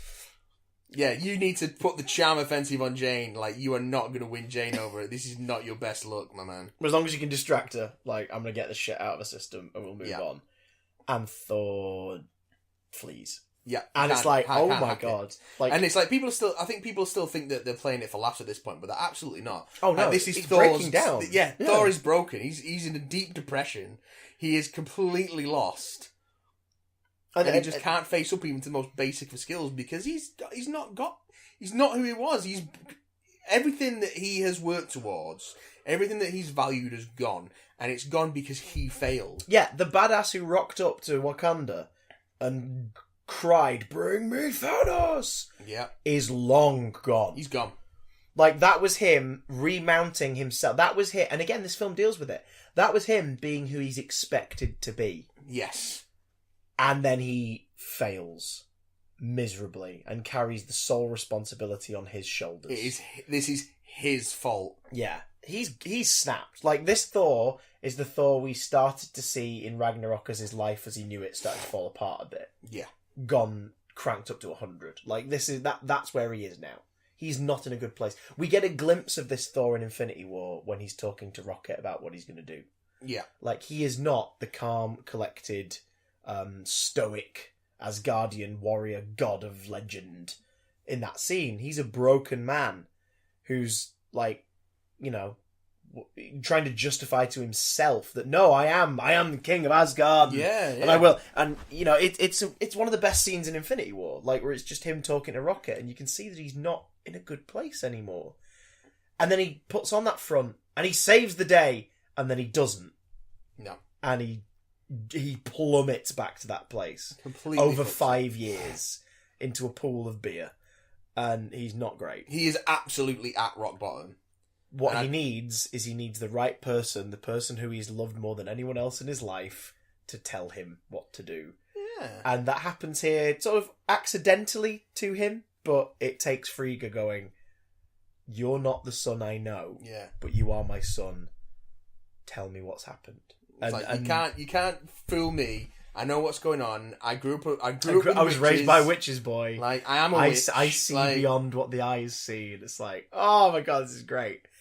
And this scene and this sequence alone will probably have turned several thousand people back to their Dark World Blu-rays this past week. I know, right? Which is... because it makes you realise, oh yeah, the thing that really does work in that film is the stuff with his mum. And the loss of family and what that does. Like, he loses his mum and presumably Loki in that movie. And it's tough on him. Yeah. And then he loses his father and the sister he never knew he had in the next one. And then he loses half his people. And then he loses his best friend. And then he loses his brother again. It's just the start of trauma after trauma after trauma for Thor. And I love how she just says to him, like, I'm proud of who you are, and what you need to be is who you are, not what everyone wants you to be. It's that expectation versus like what the people's expectations of you versus your own sense of who you are. Yeah. And then after that, Frigga is the person he needs to see to set him back on the right track. Yeah. And it's not an immediate transformation, but you see that hope return to him. And he wants to tell her what's about to happen to help prevent it. And she's like, don't you dare. No. Don't you say anything. And he accepts that. And Rocket's like, yep, I've stabbed your girlfriend wherever I need to stab her and gotten the ether out of her. We need to go.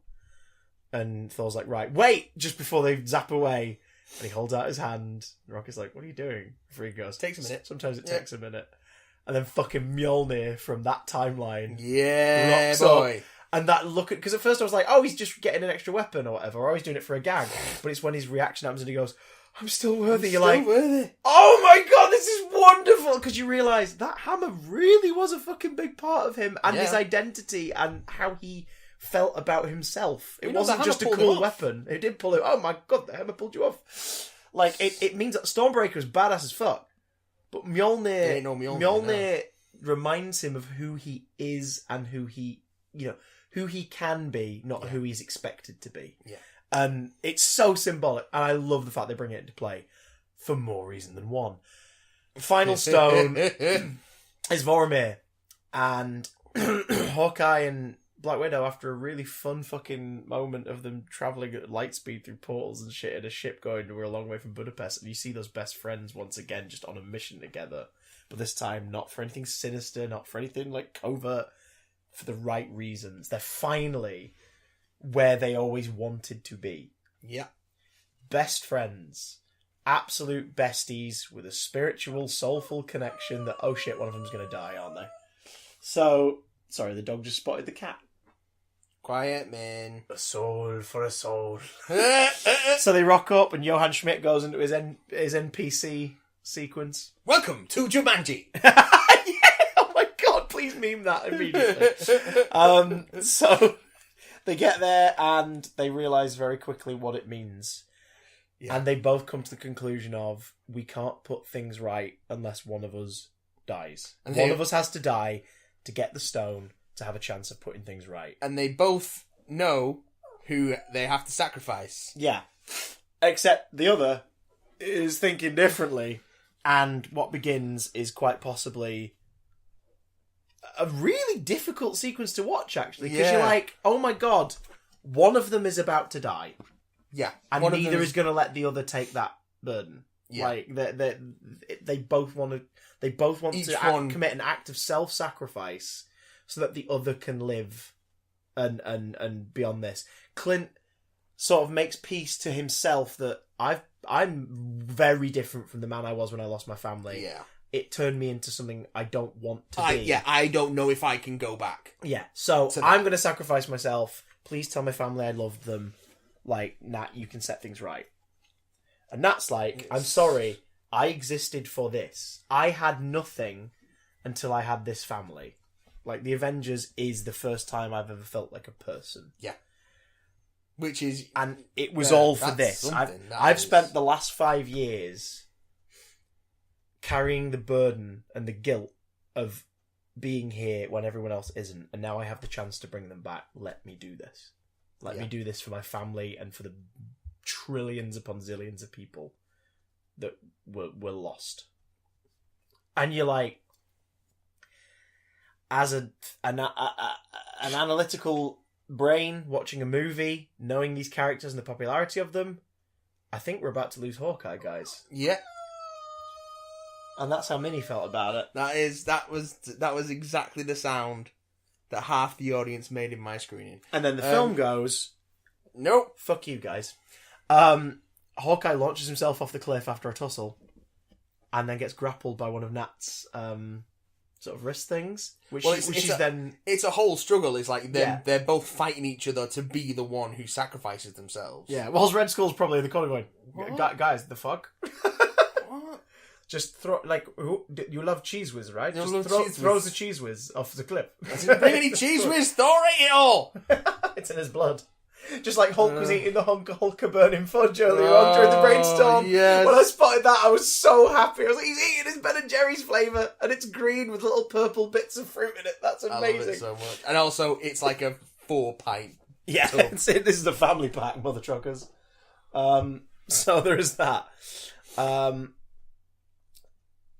Widow, basically she uses her grapple and straps it to Clint's belt. So he can't let go. So he's stuck on the thing, and Widow goes, and like Gamora before her, that rhymed. Black Widow is dead. Dashed on the rocks below. Black Widow is deceased, and Natasha Romanoff is gone. And they make a very big point of that when they get back. She ain't coming back. And Bruce tries, but no, like, to get access to the stone, a soul must be exchanged for the soul stone. And now, twice in 2 movies, we've seen that happen. And turns out, guys, it's fucking permanent. Yeah. It's not you bring the soul stone back, you can have that person back. No, it's not an exchange. Well, I mean, it's permanent until they decide it doesn't have to be permanent anymore. In terms of storytelling. But in the context of this movie, we're done. And everybody gets back with every possible stone, except Nat is the only one who doesn't return. There's also a detour to get hold of the Tesseract. And I love this. I love this so much. Because this was when I started to clock on to, oh God, at least one of these two are about to finish their story arc in this film. Yeah. Because they're giving them what they need. Closure! So to get more pin particles and the Tesseract, they go back to New Jersey in 1970-something. Which I thought was hilarious because Tony doesn't, like, out loud say what year it is. No. And in retrospect, it's because he didn't want to reveal how old he is. Which I think is quite funny. To Ant-Man, at least. He didn't want to say it. But they go to the New Jersey military base where Cap trained, where he was prepped for the super soldier serum. What they now proclaim as the birthplace of Captain America. And where later on, he and Widow, in the timeline later on, will find the remains of Arnim Zola and discover the conspiracy around Hydra. But they get there, and Steve tricks and steals from a wonderfully de-aged Michael Douglas as a young Hank Pym, complete with old school fucking Ant-Man helmet on the desk, which I've appreciated so much. Prototype Ant-Man helmet. Looks like it's been beaten out of aluminium. Yeah, so good. And off he goes. He steals some pin particles, and briefly has to duck into an office for cover. And it's the director of S.H.I.E.L.D.'s office, who, of course, at that point is Margaret Peggy Carter. And he sees her through the blinds, and you can just see, again, unmoving expression, but his eyes say everything. He wants to, in that moment, burst through that fucking door. It's see her and incredible. Stay there and never leave, because there she is. Like, the biggest unanswered question of his whole life. Could Peggy and I have made it work? Like, I miss her. I love her. I never got to see her. He sees her in her old age and pays her visits until the day she dies. And it's like, here he has a chance to have that life he wanted. Albeit a couple decades late, but such he a wants temptation. it, and he has to move on because he's a hero, and that's what heroes do. They sacrifice. Tony, meanwhile, gets hold of the Tesseract, and then meets his dad. And it's like, what, a couple months before Tony's birth? Like, she's expecting... Yeah. And his dad can't quite accurately describe at what point she's up to, aside from, I'm at the point where she can't stand the sound of my chewing. Yeah. He's got like, flowers as an apology and sauerkraut as a treat for her. You had a hot date tonight? Howard is so in keeping in character. I can't remember the actor's name now, but it's the guy... Trevor Slattery. Trevor Slattery, that's it. Trevor Slattery? No. Trevor Slattery is the Mandarin. It's Trevor something. It's Roger Slattery, I think. Something... It's something... Trevor Holes. Hang on, I'll have it here. Trevor Holes. But I love that his... Because he's in Mad Men. His digital de-aging is at such a perfect spot that you could buy that was also Dominic Cooper. Yeah, like he's not made to look like Dominic Cooper, but you'd look at it and go, oh, right, okay. And that's such a, you know what I mean? It's John Slattery. John Slattery, that's it. It's that wonderful in-between bit of CGI that is just so well done. But obviously makes sense for the movie arcs and everything. Yeah. In the movies, we've only seen Dominic Cooper as Howard once, so it makes sense to to lean more toward John Slattery. Not have another flashback with him somewhere on the line?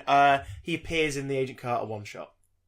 Okay. Well, apart from that, he's only in the Agent Carter show after that. But yeah, it's great. It's nice to see the history of S.H.I.E.L.D.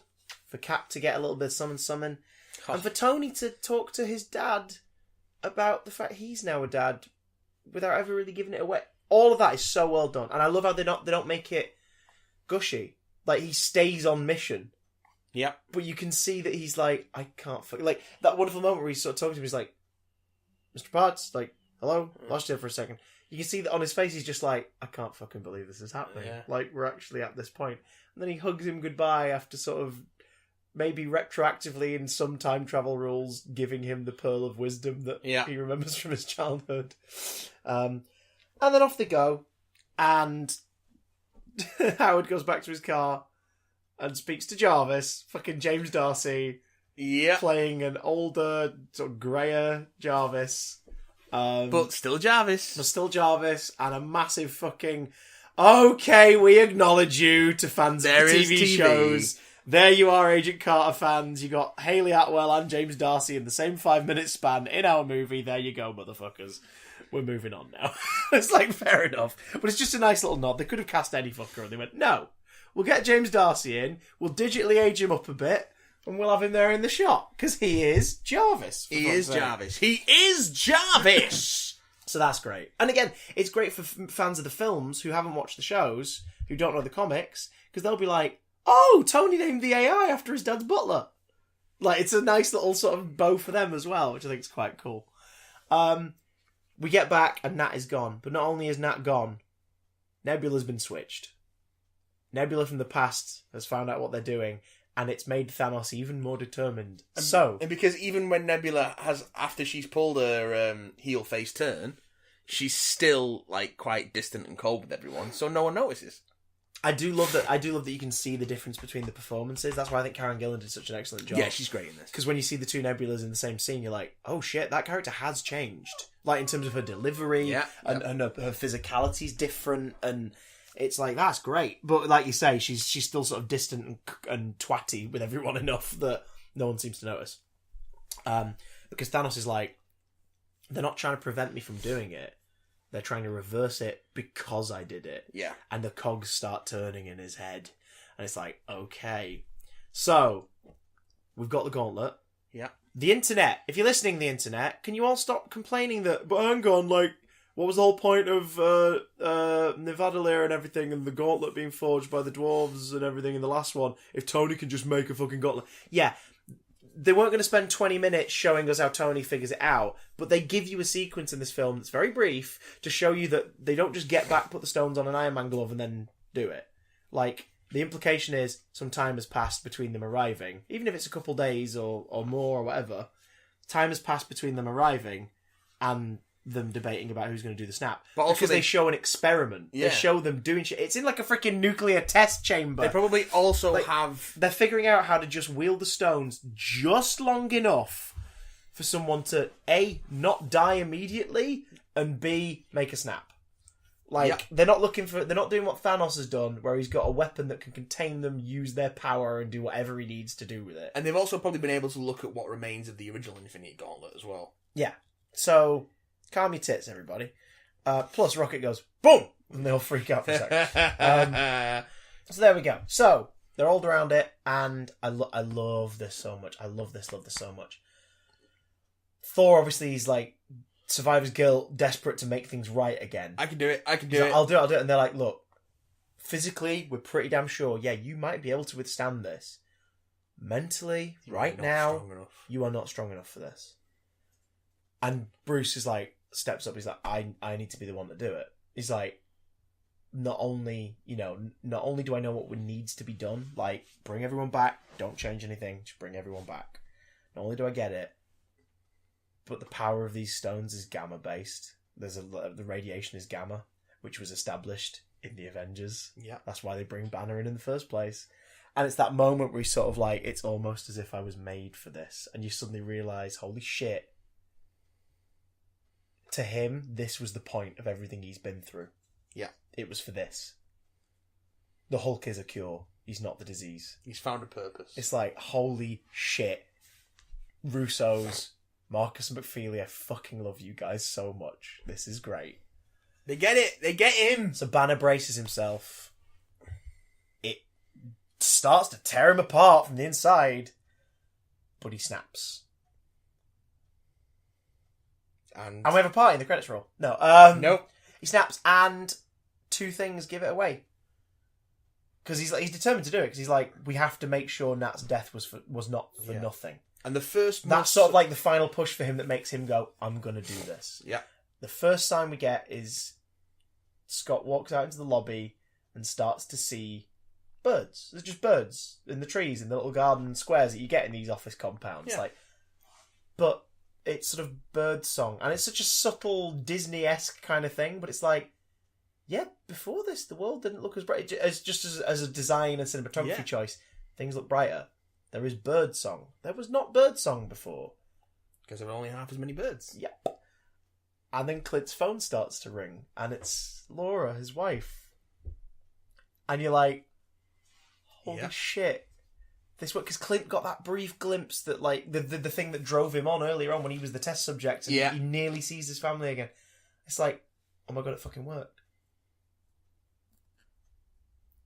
And then a time fucking wormhole rips into existence. The 2014 version of Thanos' ship arrives and blasts the shit out of everything. Yeah, just demolishes the compound. And the second half of Act 3 begins, motherfuckers. Now we really are in the end game. Here we are. So, everything's fine, right? The dude who caused all this in the first place is back. Yeah.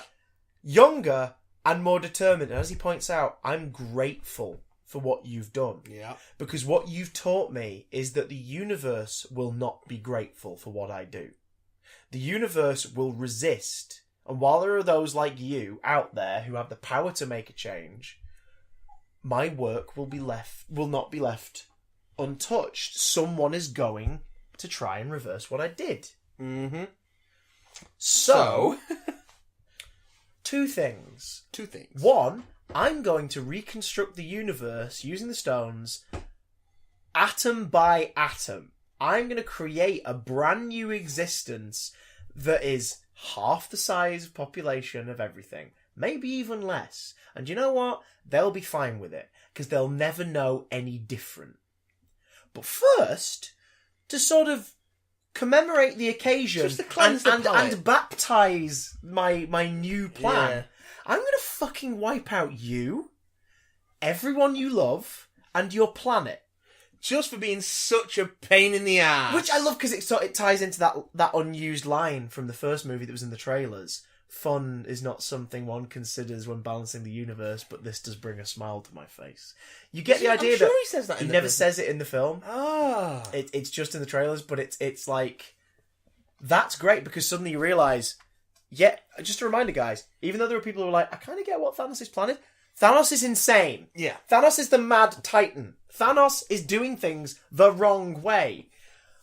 And this is him going, yeah, what I do is for a noble reason, but I'm going to fuck you all Yeah, up. I'm gonna like this. Thanos has a point, guys. Yeah, Thanos spent decades travelling around the universe and killing, performing a half genocide on populations of entire planets. Yeah. Don't ever stand by Thanos, ladies and gentlemen. Thanos has a point. Thanos is a fucking monster. Yeah. Don't ever stand by him. And here's the proof, because this is the first time in all the two movies and all the films before it with Thanos involved, where it's like, yeah, I'm just going to be a bad guy now. Yeah. I'm going to be a bad guy and then I'm going to do my thing. I've seen arguments online. Why can this Thanos fight off like 3 Avengers when, the teams, the last one managed to sort of this and the other? 2 reasons. 1, he doesn't have his armour in the last one. No, that's very true. Because he feels confident enough to not need it, because he's wielding the Infinity Stones. That does mean, however, if you punch him in the face, he's going to feel a punch to the face. Yeah. In this one, he's covered in shit. It takes wonder, spoilers, to even change that. 2, this Thanos is probably even more determined than the other, because the other was approaching success and was not complacent, but was like, I know what I need to do. But one more stone down, one more stone down, one more stone down, I win. This Thanos is like, I have them all right there. These are the only things stopping me. I'm going to fucking destroy them. It's like, why is Thanos this strong? He was always that strong. He was always a strong dude. I mean, come on, the dude went toe-to-toe with the Hulk at the start of Infinity War and held his own and knocked the Hulk out. So, Thanos is a strong motherfucker. But it's like, he's more determined now than he ever was before. Yep. Like, this is the most determined he's ever been in his life. He is not going to relent. Clint gets probably the most badass moment of his story in this film, when he has to retrieve the gauntlet, the Iron Man gauntlet, and protect it from a shitload of Outriders. It's an Aliens moment. Yeah, I mean, He's straight running- up the flare down the shaft. Yeah, just legging it from all these Outriders with the gauntlet. and we saw again in the last tunnels film underneath what the these things complex. can do. Clint's just a dude. Yeah. Like, Clint is gonna die. How does he save himself? He blows them the fuck up. And then the ones that come after him, he uses Nat's grapple. Yep. Fucking Nat. Batman style. Nat saves his ass. Yeah. Even Again. from beyond the grave. Like, oh my god, I love that so much. He also does. It is I think it's a very deliberate shout out to Batman '89. Yes. Where it's like grapple up, attached to the belt, Zoop, zoop, off he pops. Scott gets to save him, Rhodey, Rocket, and Banner, who are all trapped within the remains of the compound as We it's get flooding and they're going to die. a visual nod to that cover from Secret Wars of Hulk holding up the mountain. Yes, yes. All of the sequence as well harkens back to Tony's vision. Yeah. The shield in particular. Yeah. But we're not there yet. we're not there yet. Oh god. Because while that's going on, Real Nebula has convinced past Gamora that this is wrong. So they go out into the wreckage and they find Clint and they stop OG Nebula before she can kill Clint and take the gauntlet and they kill her. Yeah. But yeah, future Nebula kills past Nebula. Yeah. And you can Shot see through that the it chest. fucking haunts her. Yeah, it's horrifying. Like, it's really horrifying. Especially because old Nebula probably wouldn't even fucking hesitate. No. Now Nebula is so much more empathetic. Cold, a twat, yes, but more human than she was years prior. Yeah. So she's having to deal with the sight of that happening. And Gamora, of course, quietly ceding from her father's side to help with the fight. So you've got those guys doing their thing. They're fine. Thor Cap and Iron Man go to confront Thanos, who's just sat, waiting, fiddling with a rock. Yeah, it's just like... Shit-chewing smug grin on his face. Well, he says to... When they land, he says to Nebula, bring me the stones. What are you going to do? I'm just going to wait. Because when they rock up, he says, like, I'm grateful for this. You show me what will happen if I succeed. And if I succeed, people will try to change it. And he outlines his plan. And he outlines his new plan. And then he's like, right, I'm going to pick up my big fucking sword thing. I'm going to cut you bitches up. New plan. Fuck you all. So, Cap, suited up, with his OG shield back. Oh, yeah. Iron Man, suited up, more determined to kick this dude's ass than before. Oh, yeah. Because he knows what happens if he doesn't.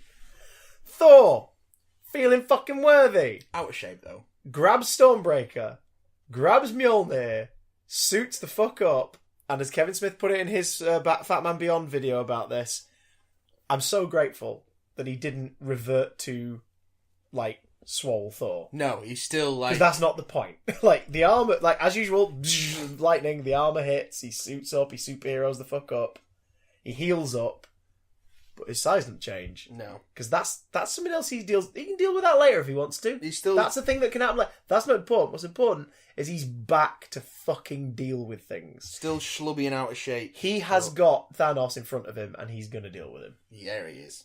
Using 2 fucking weapons. Can we talk about how amazing that fight is? I mean, not only that it harkens back to the fight in the forest between those 3 in Avengers. Yeah. In several ways. The use of Mjolnir against the shield to create a shockwave. The use of Thor charging up Iron Man's armour to create a bigger, freaking, what's it, beam? Repulsor beam? Repulsor beams. Like, so many subtle payoffs in that scene. And so many big payoffs in that scene. Oh, yeah. The bit where he's, like, grappling with Thanos and he's sort of, like, he chucks Mjolnir up, twats it with Stormbreaker and knocks Mjolnir into Thanos' face. Again, they sat down and they went, what do fans want to see? Iron Man turning his whole body into a cannon with Thor charges up. Yeah. Let's do it. Cap fucking going hand to hand with Thanos with his shield this time. Let's do it. Yeah. It's beautiful. It's so good. And Thanos is holding his bastard own. Like, he is not being hit I would at argue all. He's probably dominating still. And he is. Yeah. Right to the point where Iron Man is knocked to the fucking side. Cap is knocked the fuck back. Mjolnir is flung from Thor's hand. And freaking Thanos picks up Stormbreaker. Obviously, this past Thanos has no idea what happened to previous future him. No. But he plants that thing against Thor's chest and starts to push. And it's a scary mirror of Thanos' near death at Thor's hands in Infinity War. But then... fucking Mjolnir whizzes by and knocks him out of the way. Yeah. And you're like, well done, Thor. That was a sneaky... Wait a minute. Right. Wait a minute. Wait a minute. Thanos is trying to flatten Thor right now. Oh God. It's Cap. That was a question I don't need answering, said Nat, but the audience collectively went, is Cap worthy? Cap is worthy. And just the fucking delight on Thor's face. He literally, I knew it! Because it's, of course, a callback to that scene in Age of Ultron where he wiggles the hammer. Yes. It's like he almost picks which it no up. one notices but Thor in that moment, which is so fun. But I guess Cap must have noticed that he shunted it slightly. Yeah. But he just wasn't quite worthy yet. But after everything he's been through, he is a warrior true and worthy to bear the power of Thor. So we just get oh my Cap God. almost fighting Thanos to a standstill with his shield and Mjolnir. Yeah, in a moment, straight the fuck out of Fear itself. Yeah. Like, it's so beautiful. It's just like, this is amazing. And I think that's peak fan service in this movie. Yeah. I think that's the peak fan service moment. Because it had a build-up of 5 years. Yeah. Like, nearly 5 years of going, yeah. I wonder if they'll ever do that. Yeah, they fucking do that. 3 people have wielded Mjolnir in these movies now. Fucking Cap, Vision, and Thor. And we've waited so long for Cap to do it. And here it is. And it is beautiful. Oh God. Like, that was the bit where I out loud, I've seen this twice as of the recording of this podcast. First time was on a screening on Friday morning in Glasgow in the Odeon Lux, which is the only Odeon in Glasgow. So as such, you don't have to pay extra for it on That's Limitless, which is great because each screen was like a 25-seater with reclining seats. Oh, and trays. you lucky bastard! Every screen was that. So I was like, oh, I'm gonna have to pay extra money, aren't I? But it was like, no. Oh my god, this is amazing. That screening of relatively quiet people who were just only making noise at the funny bits. The moment the Mjolnir whipped back and landed in Cap's hand, everyone went, hey! Hell yeah! For those American listeners amongst you, British audiences don't really go ham like you guys do. I don't know. Half my fucking audience applauded at the end of the movie. The screen broke out into applause for my second screening in a packed Odeon. Which the people behind me complained about, despite having spent the last 20 minutes of the movie chatting shit to each other. Well, they can suck a ball. They can fuck right. They can suck a fucking ball cock. One that's like been greased by the wheels of the bike and needs a clean. Is that just when you put the whole unit in your mouth? And we'll leave one ball out tastefully. Yeah. To give it a tickle. Like this film did to everyone watching. Oh, did it? Oh my god. So, right. Iron Man is felled. Everyone else is seemingly out of action or unreachable. Thor is felled. Cap is left standing, now without Mjolnir. It's been knocked from his thing, and I guess he's too knackered to what's it. He's on the ground. Thanos' presumably vibranium blade has beaten the shit out of Cap's shield, which is now... It's half a shield. It's just like barely clinging on. Cap does what Cap always fucking does. He gets back up. In front of Thanos, who has now just declared, like, what I'm about to do to your planet, I'm going to enjoy every minute of it. As the Black Order teleport down. As a shitload of his fleet arrive. As we've got Chitauri and whatever those things from fucking Guardians are. The guys in like the black armour and stuff. Sicarian? I think that's... Yes, because they were on Sakaar as well, weren't they? There was some of them in the gangs. Or their helmets were bastardized and they were in the gangs and stuff. Something like that. The scavengers. And Chitauri and freaking Chitauri space whale bastards and these new fucking gorilla looking things and everybody rocks up. This planet is about to get obliterated starting with New Jersey / New York. And Cap just tightens the straps on his shield. Gets back and up. You're like, oh my god, Cap's gonna die. This is gonna be the final moments of Captain America dying like a fucking hero. Go down fighting. And then... On your left! Oh my god, the moment that voice starts... Cap, anyone hear me? Cap, you there? Sam? Yeah. It's like, oh my god, because of course the snap worked. So everybody's going to be trying to find out what to do now.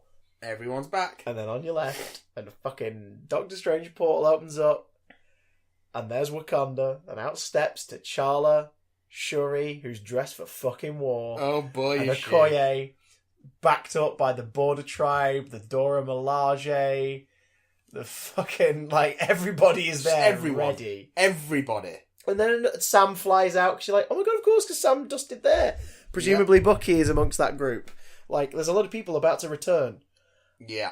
You don't see Bucky come in, but you do see him later. Oh god, yeah. I mean, the most powerful Avenger now that Vision's not around also comes from Wakanda as well, and she fucking tears the house down. Oh, yeah. So those guys rock up. Then, freaking Asgardians start to pour out of one. Ravagers are amongst everybody. Basically, anyone who Doctor Strange, who of course returns with the Guardians and Spider-Man from Titan, anyone who Doctor Strange can think of starts to arrive. Everyone, including Howard the Duck. Look carefully. Which I didn't spot, but when Hope first blows up to full size, in that shot, look just to her right, and there's Howard with a big fuck off cannon. Okay, all right. I mean, the Wasp, freaking, just like a shitload of wizards led by Wong. Ant-Man emerges from the wreckage. Yeah, like the biggest he's ever been, holding War Machine, Rocket, and Hulk in his hand. Hulk, although it is slightly debilitated at this point, he's got one withered arm. But like there they are, ready to fight, ready to fuck some shit up. Just so satisfying. Yeah. Because everybody gathers, everybody stood there. Thor's clutching Stormbreaker. Cap holds out his arm and freaking Mjolnir comes to him now. Like, no, he was the last person to wield it, so. And there we go. We finally get it, motherfuckers. It's taking there's that brief look at Thanos' face, which actually suddenly looks really concerned. He's like, oh god. This might be... The Avengers theme kicks in properly for the first time in the whole movie. And we get it, boys and girls. The whole gang's here. We get it, boys and girls. Avengers assemble. After they're already assembled, though! But to be fair, that's how it always works. Oh, yeah. They always all get together and then... To me, my X-Men, we're already here. Yeah, we're to me, my board. Surfer, you stood on it. Avengers assemble! Cat, we're here. Did? I meant the East Coast Avengers. We are the East Coast Avengers. I meant the West Coast Avengers. Really? You want those guys there here? are no West Coast... You want those guys here? Well, I mean, technically they are. Yeah, some of them are Hawkeye, Scarlet Witch. Yeah, they're here. They're about. And then we get our gratuitous CGI big war scene, guys and girls. Oh, boy. But, considering this is the payoff to an 11-year-long television series inexpensive movie form. Yeah, it's fan service all the way down. I mean, where do we even fucking begin?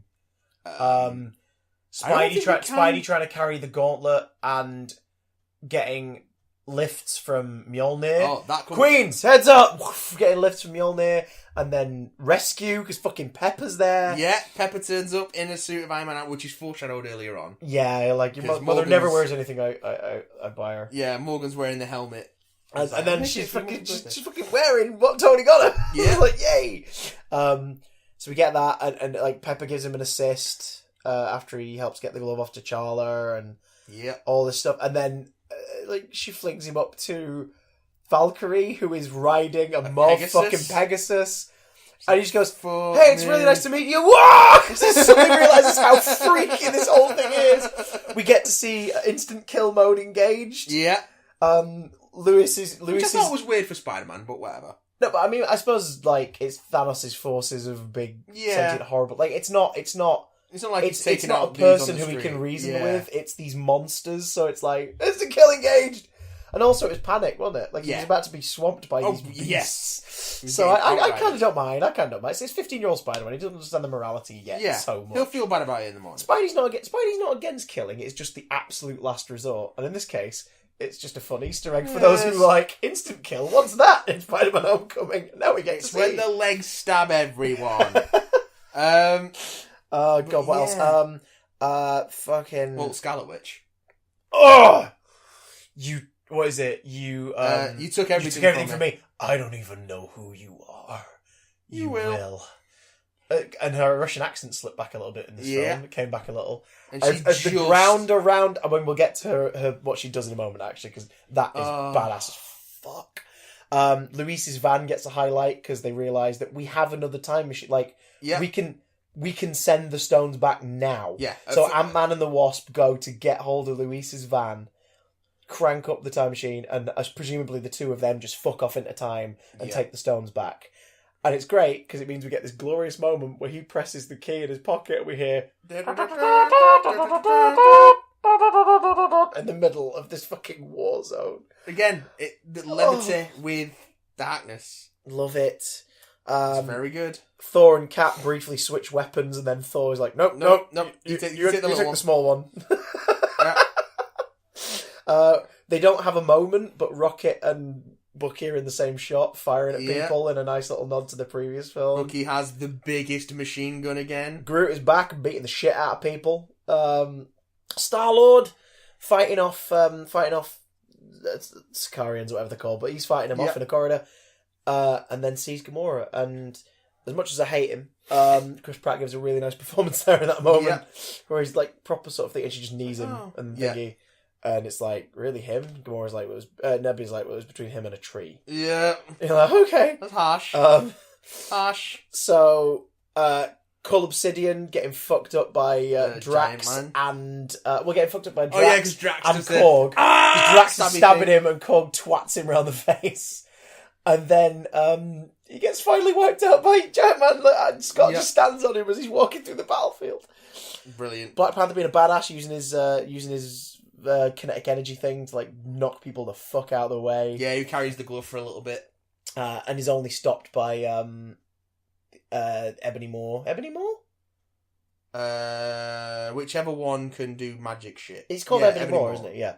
And then off he fucks. Because then Spidey gets the gauntlet because it's just a big old pass around of who's going to help wield it. Yeah. There's so many cool moments within this battle. It's beautifully done. And again, it's just watching the characters we love in an environment where they can cut loose for the fate of humanity. They will do everything it takes to keep this army at bay. And that's when, Scarlet Witch starts to basically break Thanos. Like, pummels him with Earth, and then starts to crunch his armor up. Like, his armor is, like, crunching and falling apart. Yeah. And he freaks out. And he calls to Corvus Glaive. He says, was it unleash the... Just bombardment, please. Bombardment. And he's like, but our Don't care. army. And he says, do it!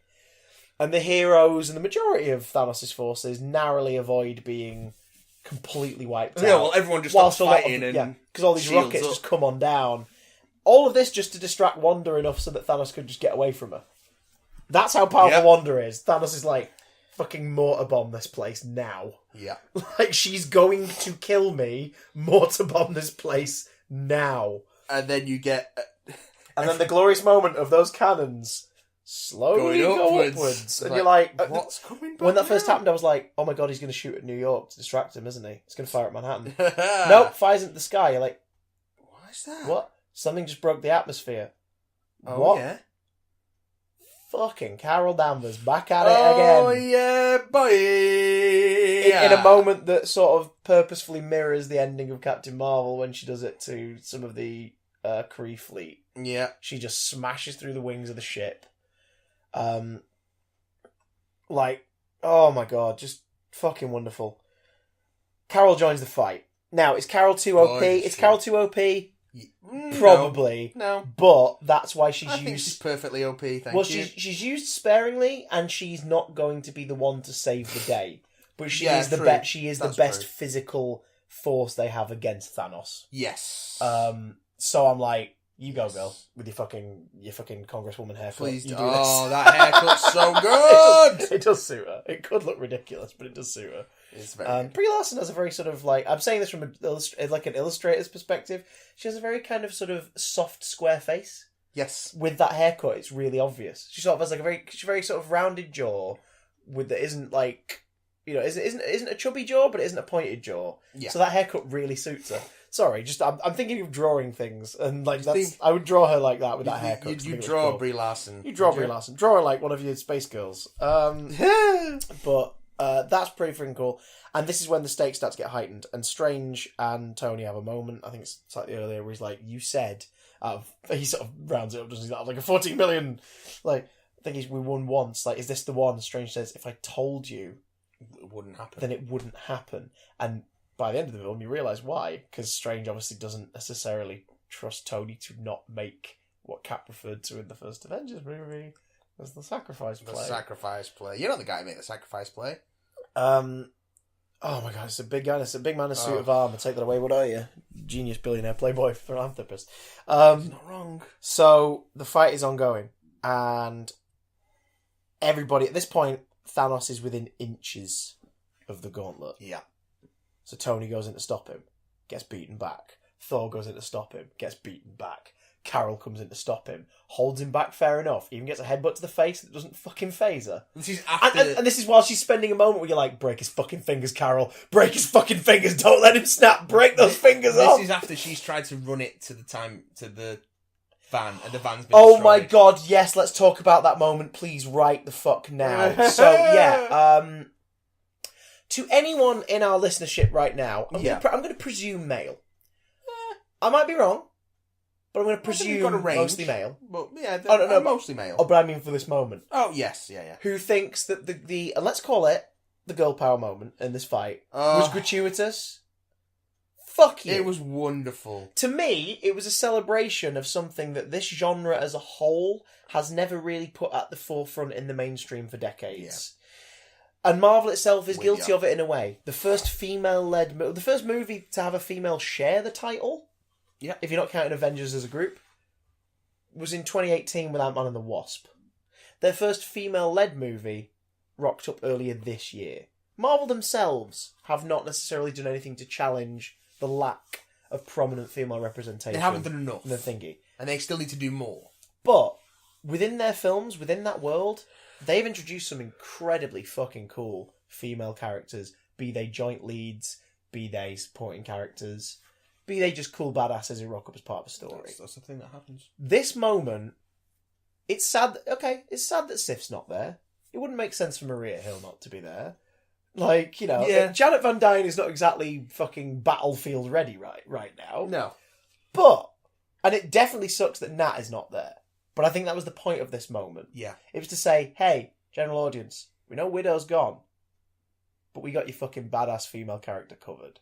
Oh, As they unveiled, in a big old just sort of, hey motherfuckers moment, we have actually, even if we've not made them the forefront, and we're going to change that going forward, we've got some pretty cool fucking female superheroes in this franchise. Okoye. And here's a boatload of them. Wasp. Shuri. Fucking Captain Marvel. Just like Scarlet Witch. Like, these guys just rock up en masse at this moment to fight alongside each other. Like Valkyrie on a freaking Pegasus. I'm sorry, that's still one of the most badass images in the whole movie. Like, it was in the flashback in Ragnarok where you see Hela killing out the Valkyries. Oh, so cool. But here we get to see Valkyrie ride that fucking Pegasus and beat the shit out of dudes in the air. She cuts open one of the... It took Hulk punching one of those whales in the face to knock it out in the first Avengers movie. Here, Valkyrie flies past one with an Asgardian blade and guts it from the side. Oh, yeah. Whilst Wanda crunches the mouth of one of them into itself and it falls to the ground. Yeah, Scarlet Witch is crazy powerful in this. I love this so much. And again, it's just great because then it's just this minute-long sequence of this team of female heroes beating the shit out of Thanos' thugs and getting to Thanos. Sure, they're not like going to defeat Thanos, but they're going to fucking hold his forces off long enough that Carol can get to the van, but then Thanos thwarts it. Thus begins the end game. And in this fight, Carol nearly wins out, nearly holds Thanos off, and nearly, it looks like, breaks his fucking fingers. Yeah. Thanos, the badass he is, rips the Power Stone off the gauntlet and punches her with it. And you're like, okay. Yeah. Alright, that's why you're the most scary bad guy in this universe. He hits Captain Marvel hard enough to take her out the fight. Yeah.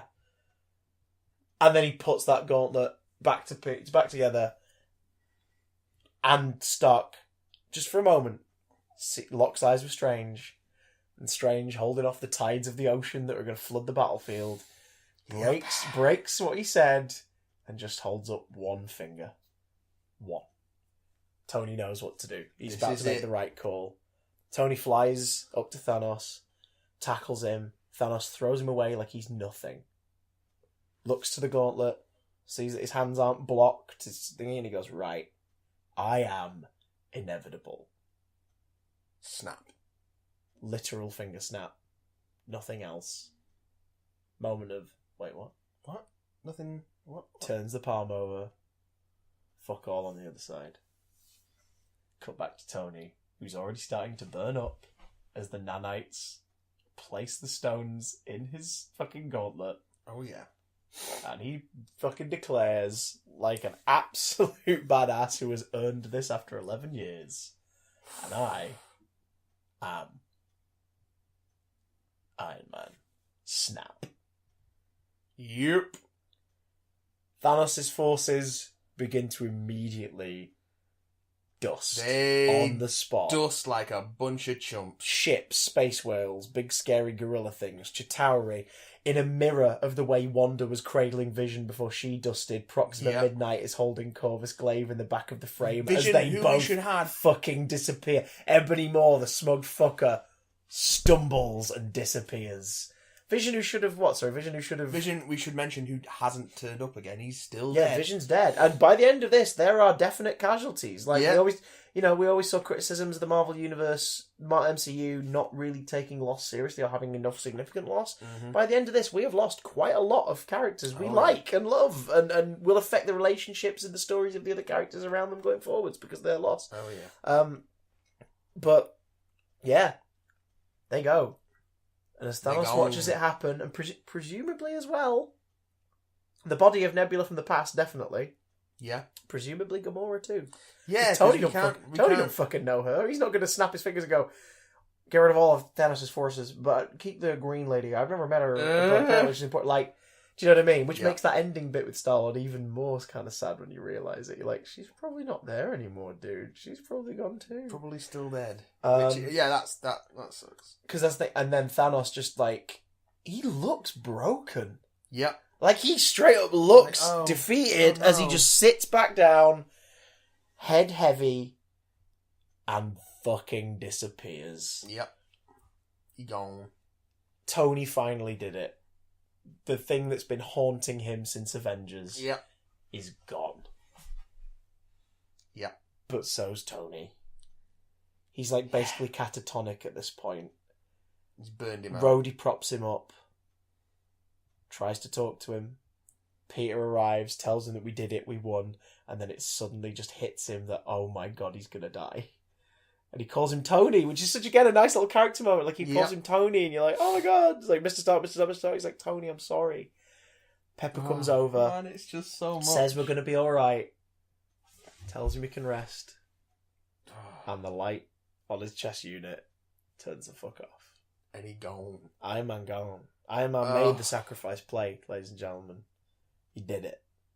He fucking did it. Oh, man, it's so good. So, Fallout. Banner acknowledges that he tried to bring Nat back, but it's not doable. It's not that simple. Soul for a soul. Confirming that Nat and Gamora, as we know them, as we knew them, are gone. Yeah, past Gamora might still be around, but Gamora is dead. Yeah. People are back. They're not 5 years older, so the whole world, the whole universe is going to have to sort of come to terms with that and figure it out. Yeah, people went missing for 5 years and basically came back. Because, Peter's the character who sums up what it was like for everybody. Yeah. Like, we all started disappearing, and then suddenly it was like I woke up, and I didn't know what happened, but then Doctor Strange said, come on, we've got to go. It's been 5 years, come on, we gotta go. Yeah. In his signature Peter Parker. Like, I'm just kind of, thoughts pouring out of my face. It's fucking happened, guys. Like, it has happened. Those guys are gone. Yep. Casualties over the last few films alone. We've lost Heimdall. We've lost Loki. We've lost Gamora. We've lost Vision. We've lost Black Widow. And now we've lost Iron Man. They gone. They are gone. They fucking gone, ain't coming guys. Back. We get so we get Peter reuniting with Ned. Who presumably also went in the snap. And as you pointed out earlier on, all of his supporting cast presumably must have gone in the snap. Because he's going to be... Oh, sorry. Sneeze coming. Bless you. Bless you again, child. He's presumably going to be back in high school with everyone who was in his class at the end of Homecoming in the next film. But presumably it's going to be set at 2035? In 2035? 2023. Yeah. And directly after the end of this movie, so... Yeah. It's, Feige said, like, there is very definitely... There's the universe before Endgame and the universe after Endgame. Yeah, they can't breeze on as though it never happened. Like, this is something that those worlds are going to have to acknowledge. It's too big a shift. It is too big. But it's an experience that the whole galaxy had together, so I suppose, there is that. We see Wakanda celebrating. It's a night of celebration. Returned to its former glory. As what's it? I can't remember the character's name, but as Angela Bassett clutches her son and her daughter, and again, like Jacob, what's his face, and Angela Bassett, like the acting they're doing just on their face. Chadwick Boseman. Jacob, what's his face? No, he plays Ned. I mean, in that little moment, that montage. Yeah. With their face, they're summing up absolutely everything. I do like Ned. Black Panther, played by Jacob what's his face. And again, just a brief shot of Hope and Scott with Cassie at Cassie's mum and dad's house, sat on the porch, having a cuddle, watching a firework display over San Francisco, as presumably the world is celebrating. San Francisco. And then we come to Tony's funeral. Presumably the second funeral they've had that week, because I'm imagining Nat's had some kind of celebration or send-off at this point. Well, it'll be Yeah, she'll be listed as missing, but I think they'll have something smaller and more intimate for Nat.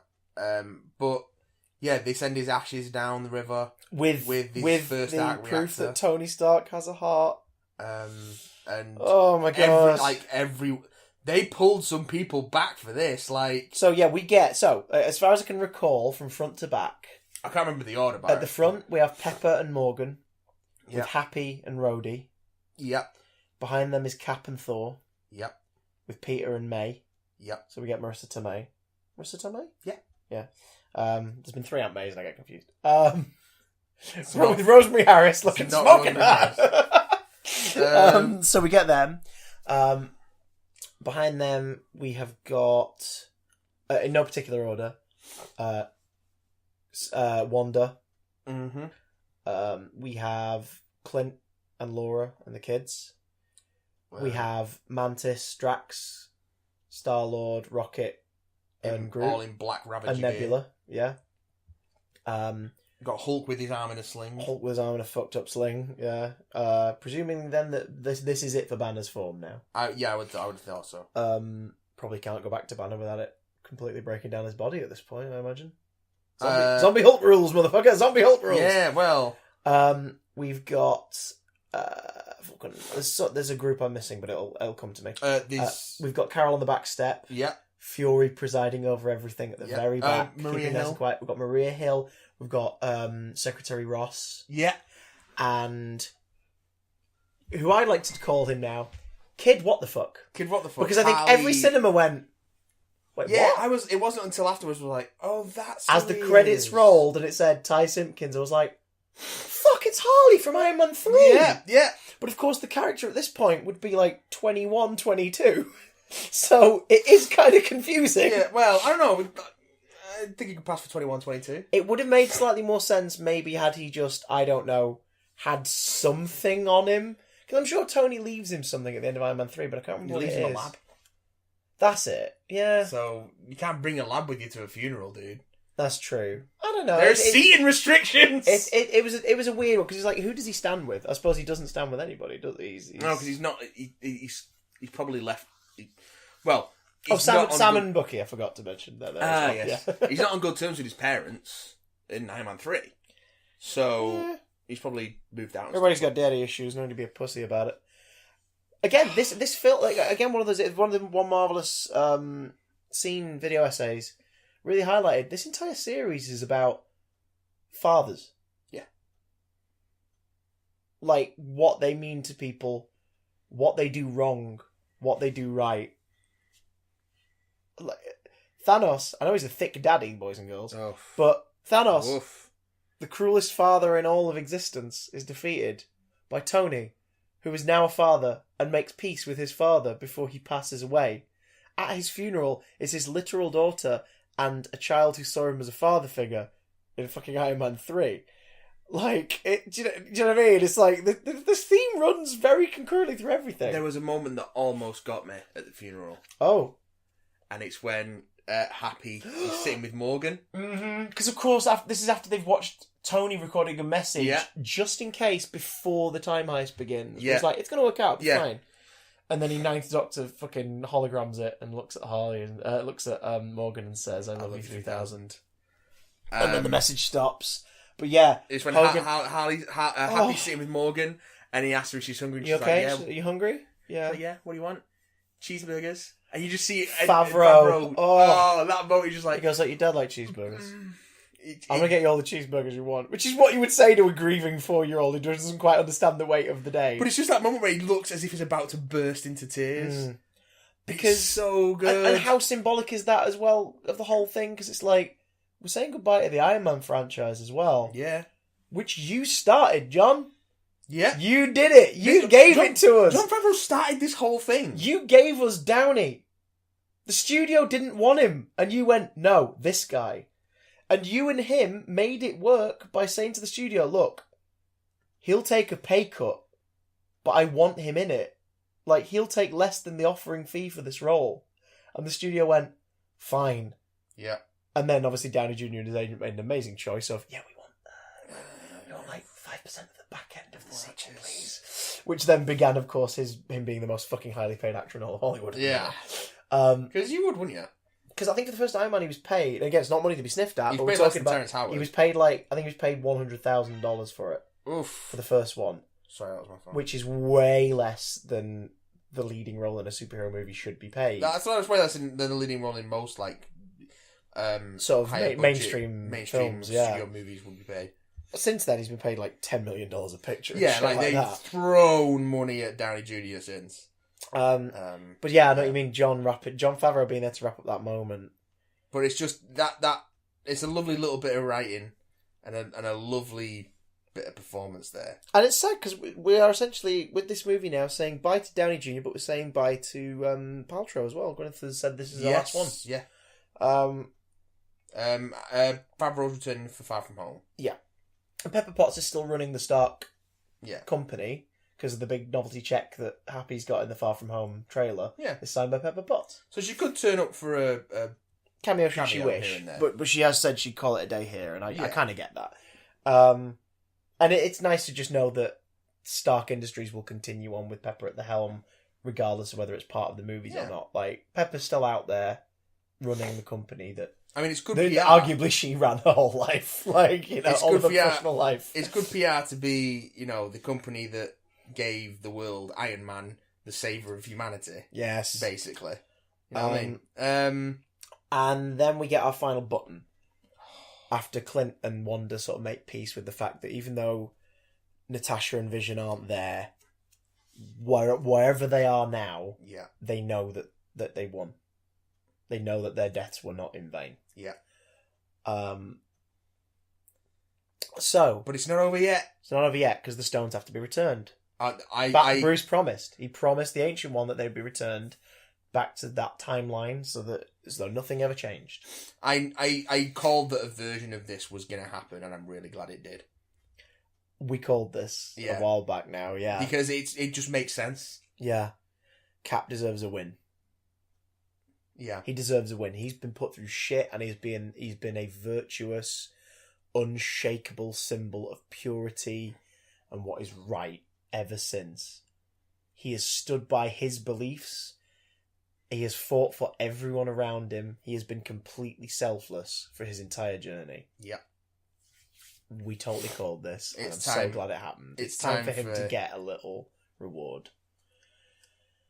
I think people misinterpret where he goes in this a lot. Yeah. Because it's established in what his mission is, where he goes. Yeah. So, presumably... And he takes Mjolnir as well, which I think is brilliant. He returns Mjolnir back to that timeline. You've got to put Mjolnir back. So Bruce sends him off, and just before he goes, he and Bucky have a moment where you're like, Bucky knows something. Yeah, Bucky knows. Bucky knows something. Because he says goodbye to Sam, and Sam sort of is like, oh yeah, goodbye, right, I'm going to miss you, dude, and all this. And then as Cap goes with the stones and Mjolnir, Banner's like, he's going to be back in like 5 seconds. You're like, yeah, what? Why did he say goodbye? He did it as an in-case, motherfuckers. Yeah. Because they charge him back, and Steve does not return.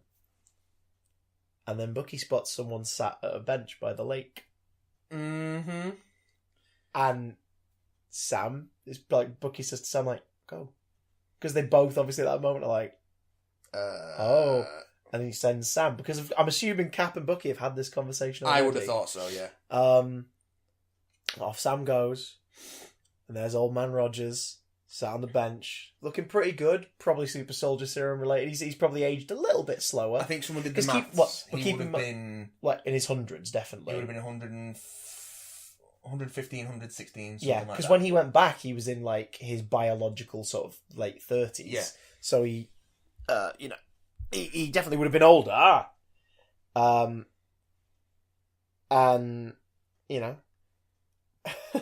he returned the stones, and then, and as he says it, I thought about what Tony said back when they had the conversation at the the chalet earlier in the movie about like getting involved, and I should try some of that life that Tony always said I should get.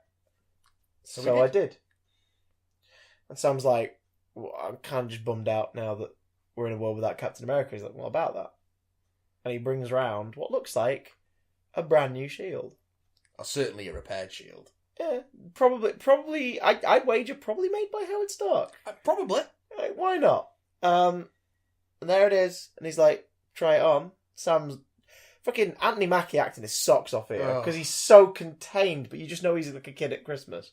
He's like, how does it feel? He says like it belongs to someone else. Caps goes, it doesn't. And you're like, oh, that's wonderful. Oh man, Chris Evans is so good in this scene. Yeah, he's so good in it. Convincingly old man, and not in a gratuitous weird way. Yeah, he's not like doing the old croaky voice. It's just he's a bit worn, yeah. And he's a little bit tired, but he's happy because he's completing a circle that he started to them 10 seconds ago, to him a fucking lifetime ago, 2 lifetimes ago even. And he passes it over and he says, Sam, like, you know, it's thank you. And Sam thanks him. They shake hands. Because he basically leaves it with Sam. But I know I've seen people online who complain, like, why is he not Bucky? It's like, Bucky's actually a super soldier and this and that. It's like, Bucky's two reasons. Bucky's in no state to take over as Captain America. One, it goes unspoken, but the world could do with a Captain America and Bucky once again. I'm pretty sure Bucky's happy being Bucky. Yeah. 2, Bucky's not in the mental state to do that right now, no. But he will damn well make sure that Sam is the perfect man for the job. And 3, as Steve says, I couldn't think of a nicer man, nicer guy to do this. It just makes sense, like, Sam is a modern soldier. He's also, arguably, out of the Avengers and out of all the people Cap knows, arguably the most pure among them. Yeah, and the most sort of down-to-earth and... like, nothing as... He is, in the best possible way, a normal man. He's incorruptible. Yeah. Like, he does the right thing. I mean, for fuck's sake, in Winter Soldier, he's like, Captain America needs my help. That's the only reason I'm getting involved. Like, do I need another reason to get involved? Cap needs me. He also needs... He also knows more about modern-day America than Cap or Bucky. True. Because he is, you know, a native modern American. He's served in the Second Iraq War. He's worked amongst people in... he's not a social worker in the movie. He's like a grief counselor. Veterans counselor, yeah. But he's been amongst the people at the street level of the lowest of the low. So the people who are at their bottom. So he knows more about what the country needs, not in the sense of what the government needs to be done for them, but what the people need. Yeah. What the people need in an icon. Which is what Captain America is. Captain America is not a tool of the American government. Captain America is a symbol for the people, which is how that character works, even in an age where America as a country, governmentally, is on its fucking arse. Really? And even in these fictional governments of this movie as well, like, yeah.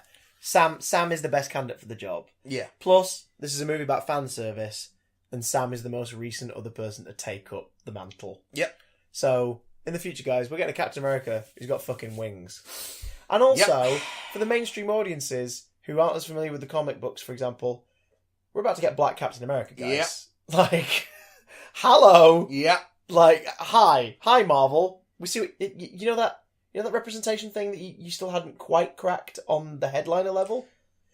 We're about to break into it a bit more. Do you think that'll be the Disney Plus series?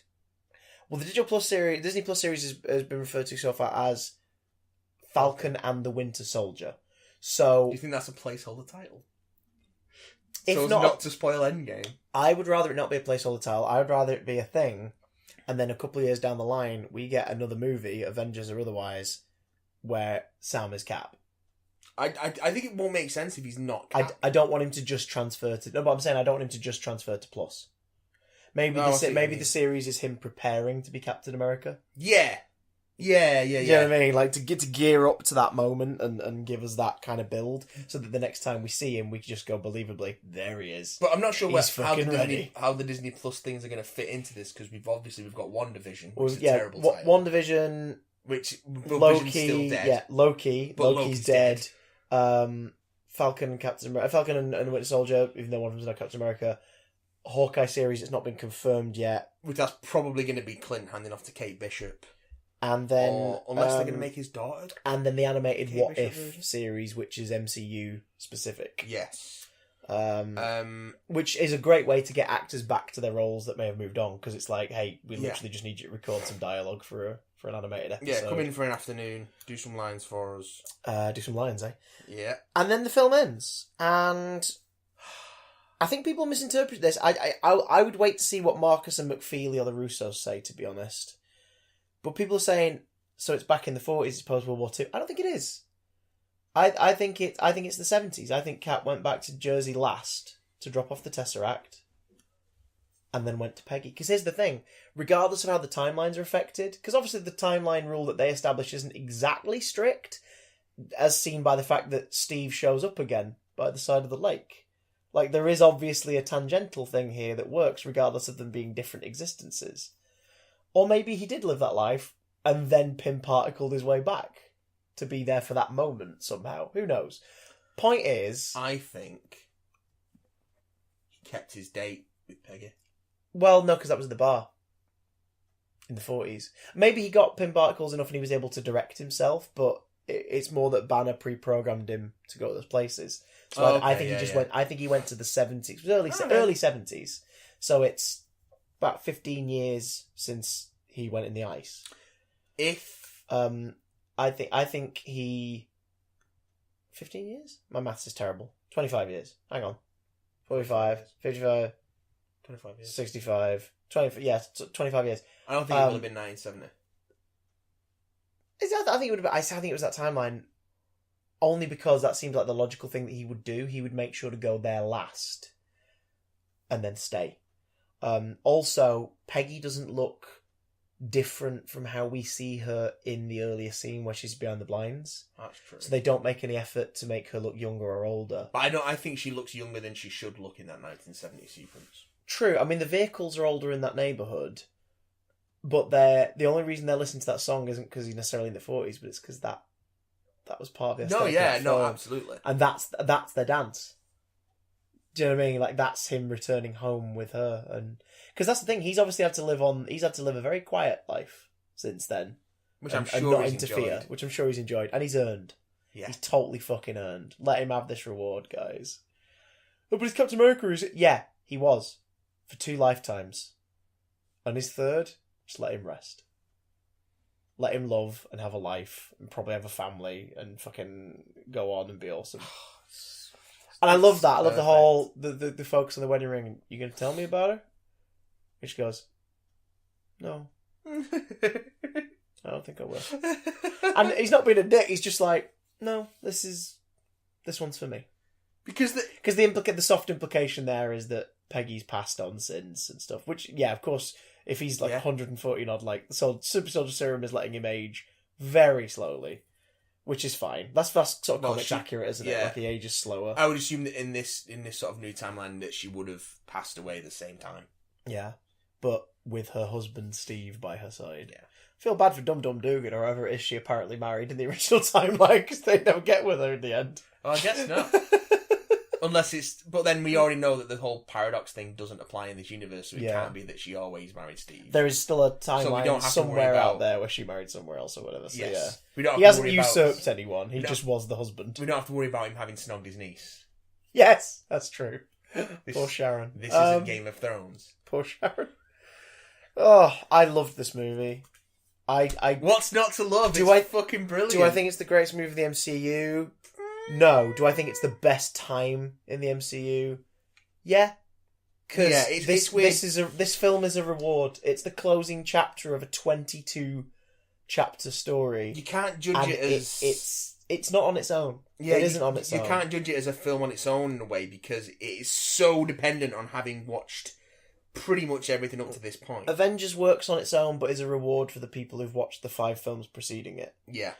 Age of Ultron is not the same. Age of Ultron, again, works on its own and is just a sequel to Avengers. Civil War was the first time it was like, here's a reward for you doing the required reading. It's the third Captain America movie, and it's a big thank you to everybody who's followed us so far. And then this is like the next one of those. Yeah. It pays off things you didn't know needed to pay off. It homages things you didn't know needed to be homaged. it justifies the place of two movies even more so than you would have thought before. As a result of its storyline, it gives some of its actors some amazing material to work with and stuff that they'd never got to do before. Yeah. It paid the bills for a month for people like Michelle Pfeiffer and that who just rock up for a day. Like, it, you know. Yeah. And Downey Jr. was apparently one of the very few actors in the cast who got to read the whole screenplay. I think he was the only actor in the cast who got to read the whole screenplay. I wouldn't be surprised if others got to read it after the fact. He definitely didn't give it to Tom Holland. Oh, God, no. Tom Holland didn't know anything in Infinity War beyond his bits. No. Like, he was given loose context, and that was it.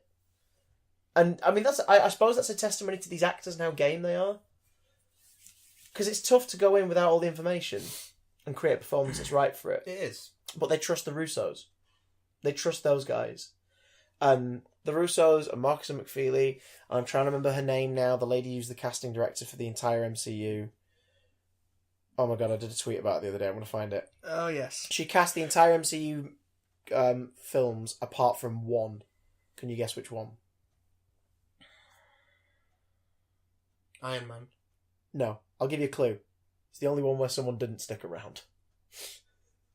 And that was from... They didn't stick Incredible around. Hulk. Yeah, she didn't cast... Sarah Finn, casting director for the MCU. Nice. She didn't cast Incredible Hulk, and obviously that it didn't work out, not because of her, because of Ed Norton, but it's very telling that, like, she cast actors that when you first hear it, you go, really? Okay, I guess we'll see. And then you watch it, you go, oh yeah, absolutely, I could not picture anyone else fucking doing this. The casting in the MCU has been almost uniformly perfect. It's been beautiful. It's been a beautiful thing. And, like, this is her legacy. And, of course, the architect of all this shit, Kevin Feige. Yeah. Who has gone out of his way to say, this isn't the end, folks. This is just the end of this big party we've been having for 11 years. It's the end of this chapter. We've got more parties on the way, but thank you for this. Thank you for sticking with us. Here you go. I think it was, I think Kevin Smith said it, like, when you look at the Mount Rushmore of the MCU, it should be... No, it wasn't Kevin. I think it was Movie Bob, actually. Yeah. It should be Sarah Finn, Kevin Feige, Stan Lee, and Robert Downey Jr. Yeah. That's the Mount Rushmore of the MCU. Like, these guys are why this is the way it is. Yeah. Maybe give Favreau a monument nearby. Favreau gets a taco stand. And Luis Esposito one as well. Favreau... He's done a sterling job as well working on it. Favreau gets a food truck. Yeah. The Russos get a holiday home with a good view of the mountain. And Joss Whedon has a timeshare. Now that we've poured love all over it, let's do some emails about Endgame. Yes, motherfuckers. Thank you for sticking with us. Here we go.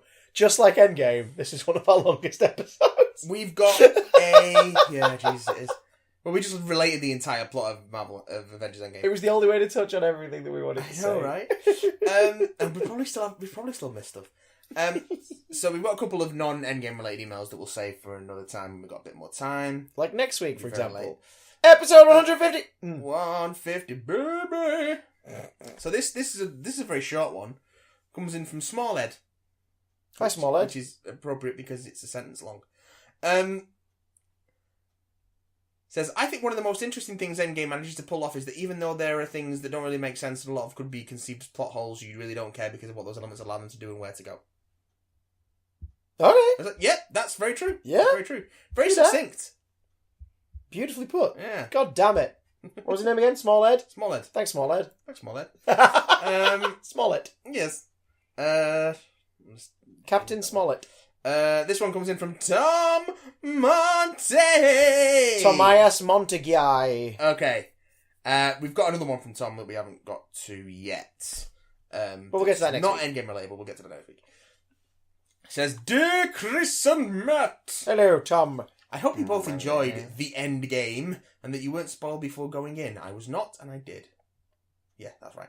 I saw it on its midnight release just to avoid internet spoilers. I do appreciate that this was a film that was made for people like you two who have watched all 22 MCU films, but as someone who hasn't watched all 22 MCU films and isn't a diehard superhero fan,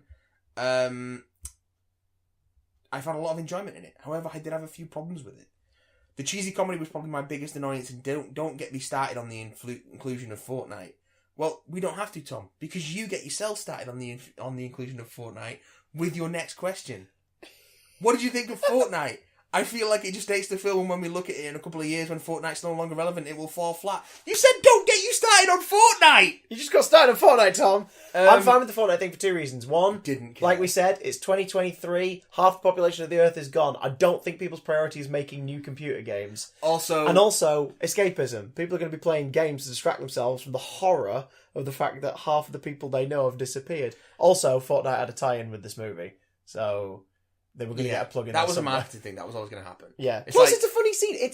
It's in years to come, people watching that scene will just see Korg playing a video game and arguing with teenagers. Yeah. They won't see Fortnite and go, oh, it's aged it. They'll go, oh. Fortnite may well still be around. Like, you never know. Season 14.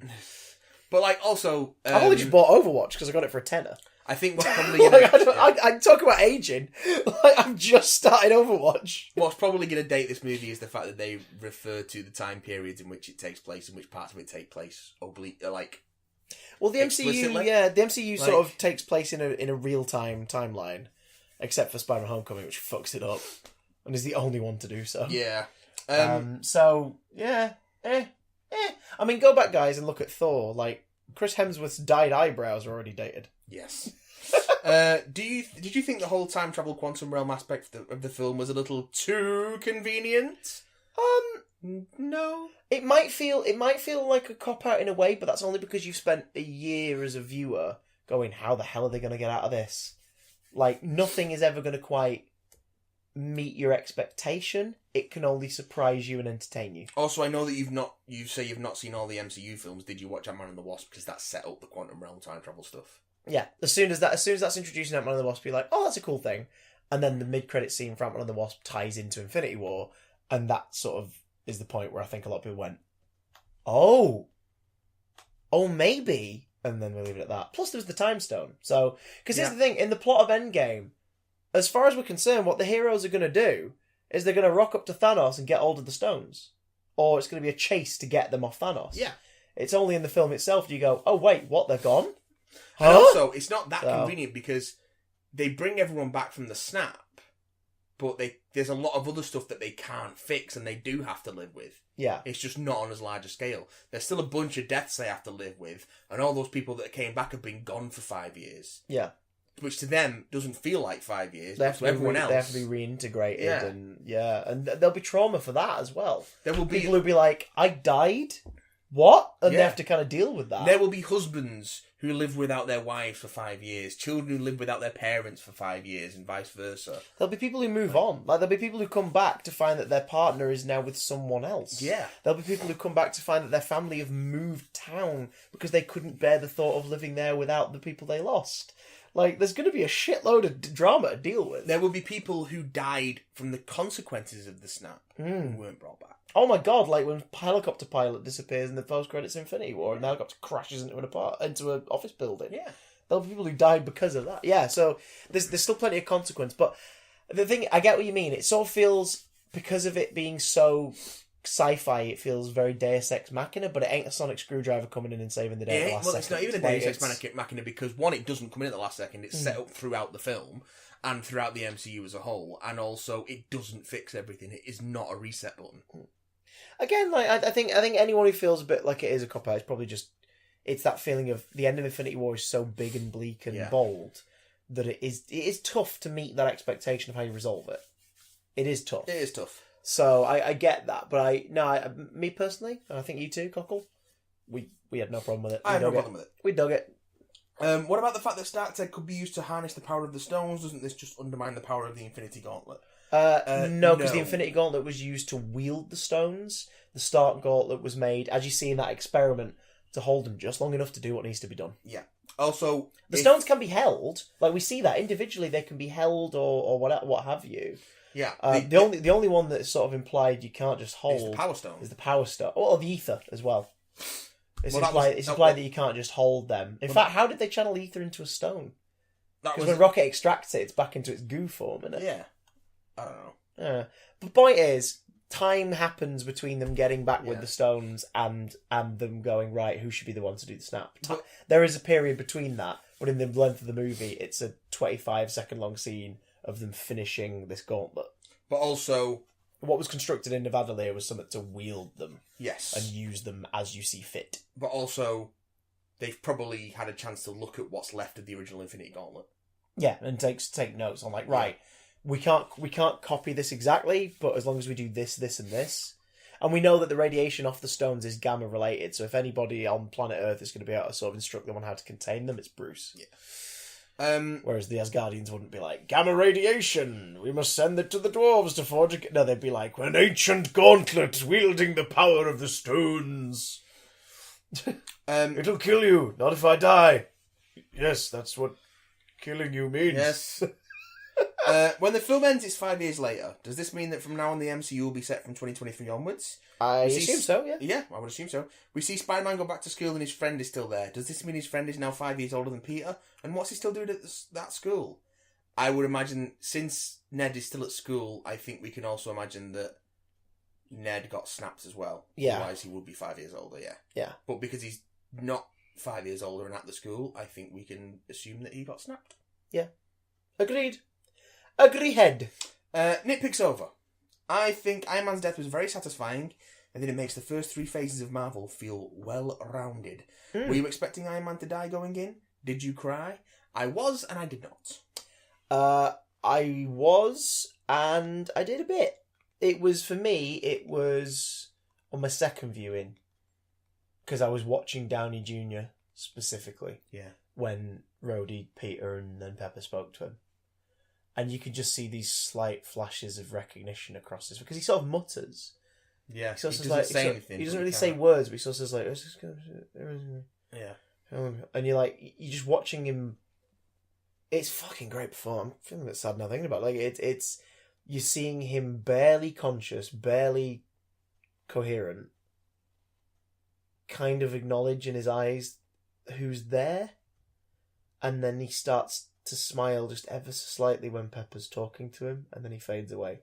And that got me on the second watch, because I was watching him. Like, on the first one, Yeah. I'd watched them, and the second one, I watched him, and that really got me. And as spoken on previous Big Damn casts, yeah, we called that he was going to, if not die in this, he was going to be taken off the table. Yeah, this definitely was going to be Downey Jr.'s last one, because he's done so many of these fucking things. So, I feel like to bring back Iron Man, Captain America, and Black Widow now would just completely undermine and ruin the emotional impact of Endgame. Can you see them coming back? I do not see them coming back. who was that? There is a Those three? Iron Man, Cap, and Black Widow. Yeah, Black Widow ain't coming back, but there is a Black Widow movie in development. Whether that involves her bringing back, or it's told before, I think it's probably a prequel. I'd like It's that. probably a Captain Marvel style Yeah, Captain Marvel, period piece, Guardians 2, pre-Avengers period piece. the Captain America and the flashbacks in the Ant-Man movies have confirmed that we can tell stories out of sequence. Yeah, so I think it's going to be the tricky bit will be past one, and I think that'll be I think it's being done because it's like it's a final sign off for Scarlet. It's like here we go. My final bout is my story. Here's my story, and I'm done. The tricky bit will be having stakes that you care about, knowing that she's going to die in 2023. So the people around her have got to be people you give a shit about, so that you feel that there's actual danger involved. And it seems like they're casting mostly new faces for that film, so that's probably going to be the case. Including David Harbour. Yes. Who confirmed that they start shooting in a month and a half's time. Oh, interesting. Well, we'll know more about it. Even though Marvel have yet to announce the next slate of films. I looked it up the other day. The only two films that have been confirmed by Marvel, so not by people involved or script writers and this, that and the other, that Marvel Studios said we're doing is Spider-Man Far From Home, obviously. Because it's done. And Shang-Chi. They're the only officially two... announced the Eternals? Nope, they've not officially announced Guardians 3. They've not officially announced Black Panther 2. They've said that Ryan Coogler has signed on to do it. But I think the official announcements coincide with we're going into production, here's the release date. Okay. Right, because similarly, Scott Derrickson has lately been talking a lot about Strange 2. Yeah. So, yeah, there's stuff's happening. But Shang-Chi, I'm like, fucking cool. Yeah. I think that's been confirmed because I think Kevin Feige has talked about it. Yeah. So it's like Holy shit, it's happening. Okay. Yeah. We're getting Shang-Chi, the Master of Kung Fu. Bring it the fuck on. Why not? Finally, what did you think of Thor's belly? It was glorious. I loved it. And I love the fact that they stuck with it. And yeah. Because, you know... He doesn't just magically get ripped. When he gets under... He doesn't magically get under pressure. Which is great, because it's not that... Because I know there's been some backlash online, people saying the fact that it's a joke when it's first revealed as fat shaming. It's not The joke isn't that he is fat. The joke is that he has a character who is trim as fuck, has let himself go, and the visual's so shocking at that moment. Yeah, it's only... The joke is the visual's so starkly different from what you're expecting. But that's then the joke. They don't continue to play it for laughs. Other characters they play his sort of shaky nature for comedy, but it's never laughing at his expense. It's laughing at, oh god, I can't believe this is what Thor is doing. This is not what we expected. The comedy comes from the shock of his behaviour, the shock of his appearance, the initial shock of his appearance. As it goes on, for me, it became less tragic. By the end of it... Less humorous and more tragic. If you want to talk fat shaming, can you explain then why at the end he's fucking kicking ass and he's still the same tank of a man? Yeah. Like, they don't, like you said, they don't make him better. They go, yep, this is Thor now. You're like, fair enough. Okay. Yeah. He might change shape and appearance for his next appearance, because I don't think this is the end of Hemsworth's story. But, yeah. Although I did joke on Twitter, I said, do you think we need to introduce Thor to Chris Hemsworth's team? Which, of course, is the most fucking recurring ad on YouTube right now. Doodle-doo, doodle-doo, doodle-doo, doodle-doo. If you're watching this on YouTube, you've probably seen it at least twice in the last 3 hours. Probably.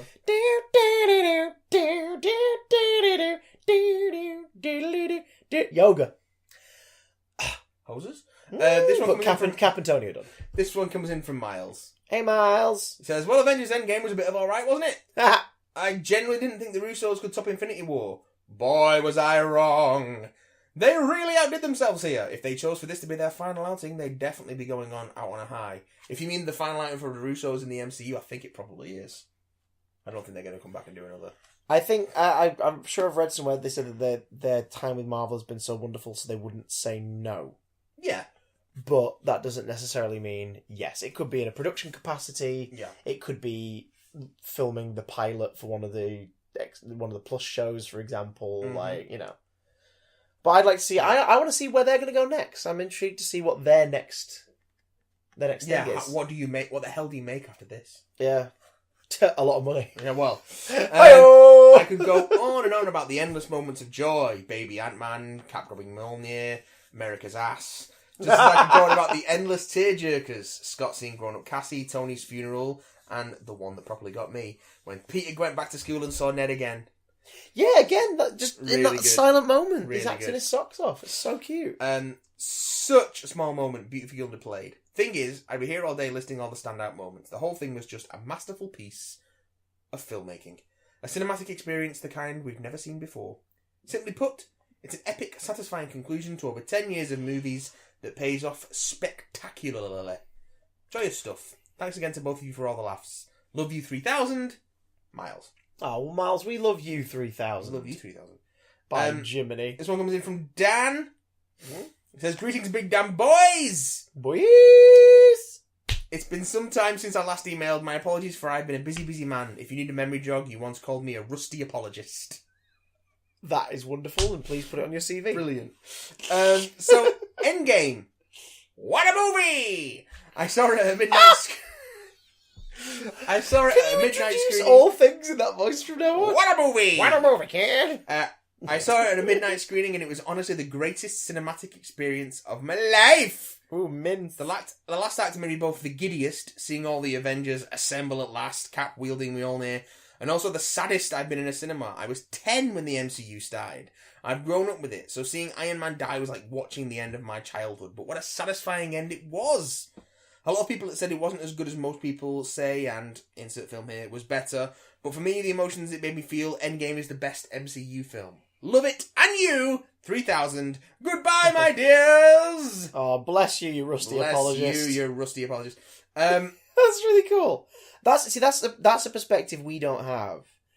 Is that we were basically adults when this began. Yeah, because I was 17. 2008. So I was 20.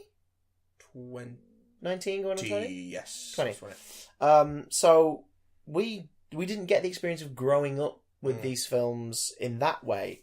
But that is something that's really wonderful to think there are people who were bands. Like, to them, there have always been movies. There have always been featuring these characters. We have always been at war with Eurasia. Oh god. No, but like, there are people who. Oh my god! Like, imagine if you were 10 when you saw the Avengers. Yeah. For the last 7 years of your life, your entire teenage period, in the Avengers, you've been waiting for that fucking Thanos to rock up and see what he's all about. That's crazy. That's mental, man. This one comes in from Matthew. Says, hi. Hi. Hi. I'm sure it goes without saying, but Endgame was great and I loved it. It was delivered with heart and rewarded 11 years of investment in the MCU. It was different than I expected, but better for it. And how I didn't see time travel coming, I'll never know. On the subject of time travel, the half of the population that revives after 5 years of death must face a huge challenge reintegrating into the world. Yeah. All right. It's going to be interesting to see if they indeed touch on that at all. I was particularly struck when Peter Parker rocked up at his school at the end and was greeted by his friend. Given the Spider-Man Far From Home trailer, presumably Peter and all his named friends were in the unfortunate half of the population that Thanos clicked away in order for them to all still be at school age upon the revivals. Thoughts? Presumably half of Peter's class have graduated and are in their early 20s, whilst Peter and co remain teenagers. Looking forward to hearing your views on the film. Matthew. I've just had a random thought about that. On the News Channel network in Homecoming, the girl's Betty Brant. Yeah. Well, Betty Brant's now 5 years older and is already interning or working at the Bugle. Good. That'd be a nice subtle way to switch things around. But yeah, I think that what this has shown is that it isn't just... It's not like half and half of groups.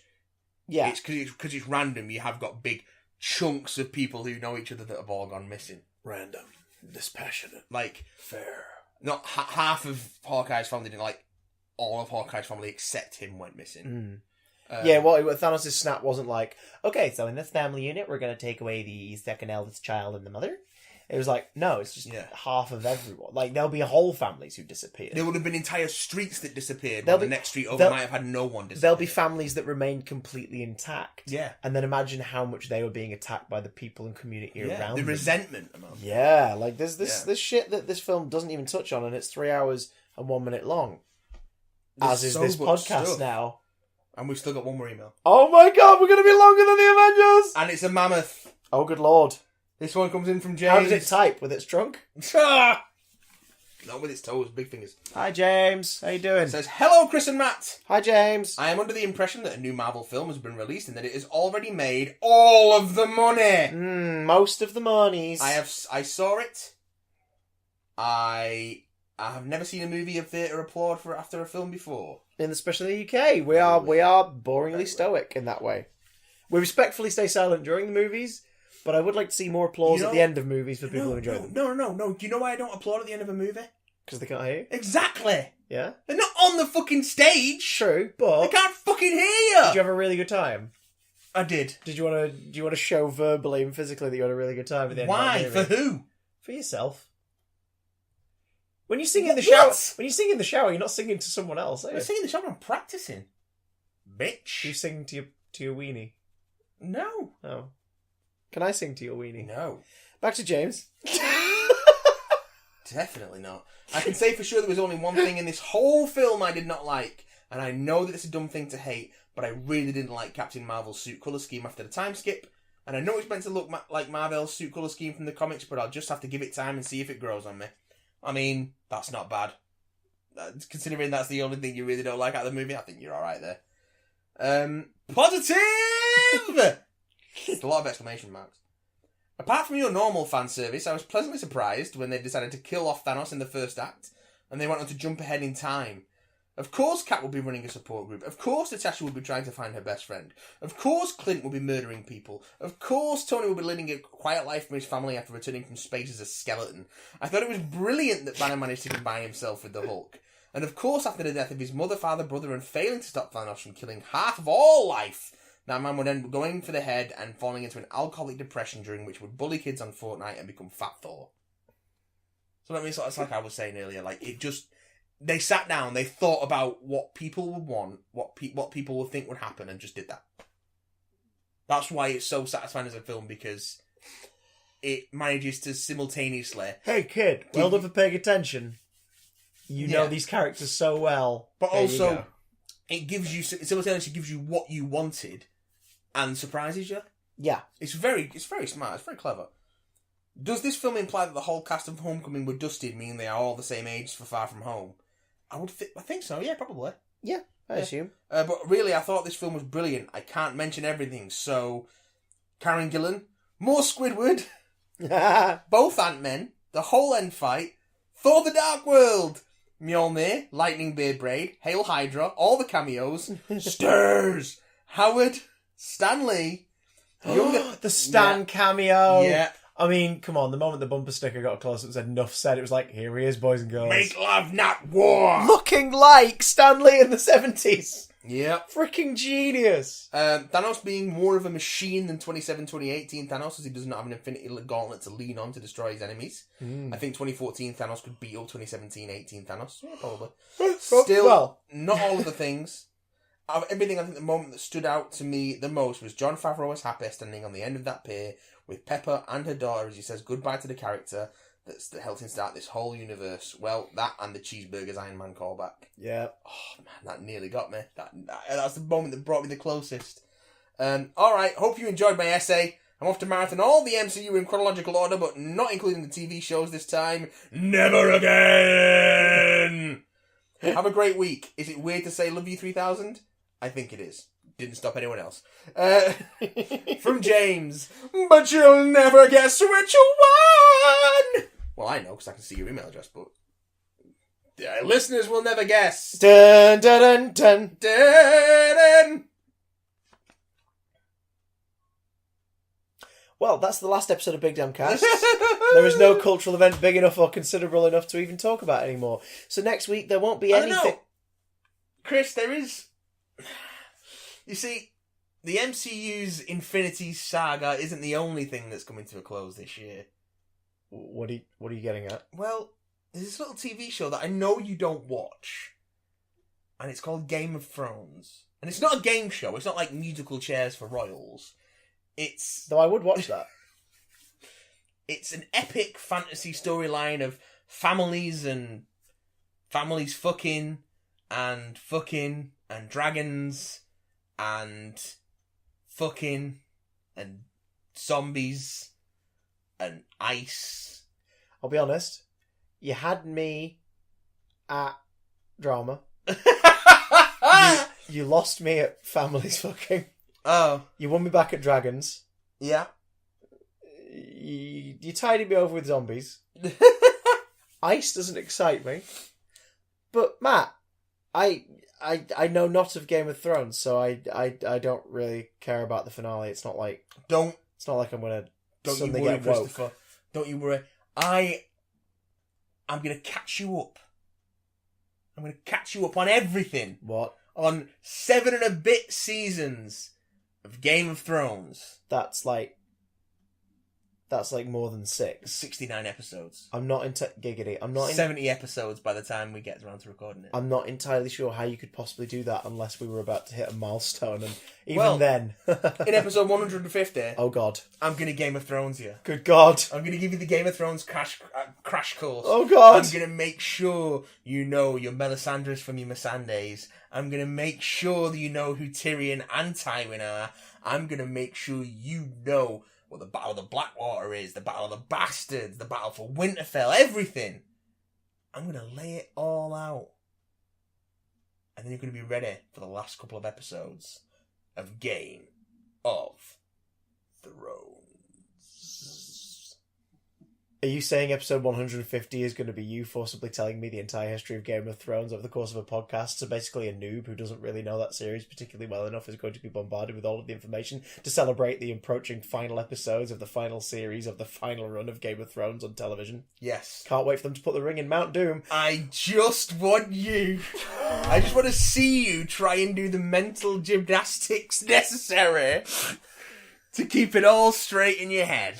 Ladies and gentlemen, Big Damn Cast 150. Matt explains Game of Thrones to Chris in time for the finale. We'll see you next week. Get your predictions in. BigDamnContact@gmail.com. Tweet us at BigDamnCast. Do you think I'm going to manage it? Do you think I'm going to struggle? Send us visual aids. Don't cut my cock off. Whatever it takes. We'll see you next week. Until then, we love you. 3,000!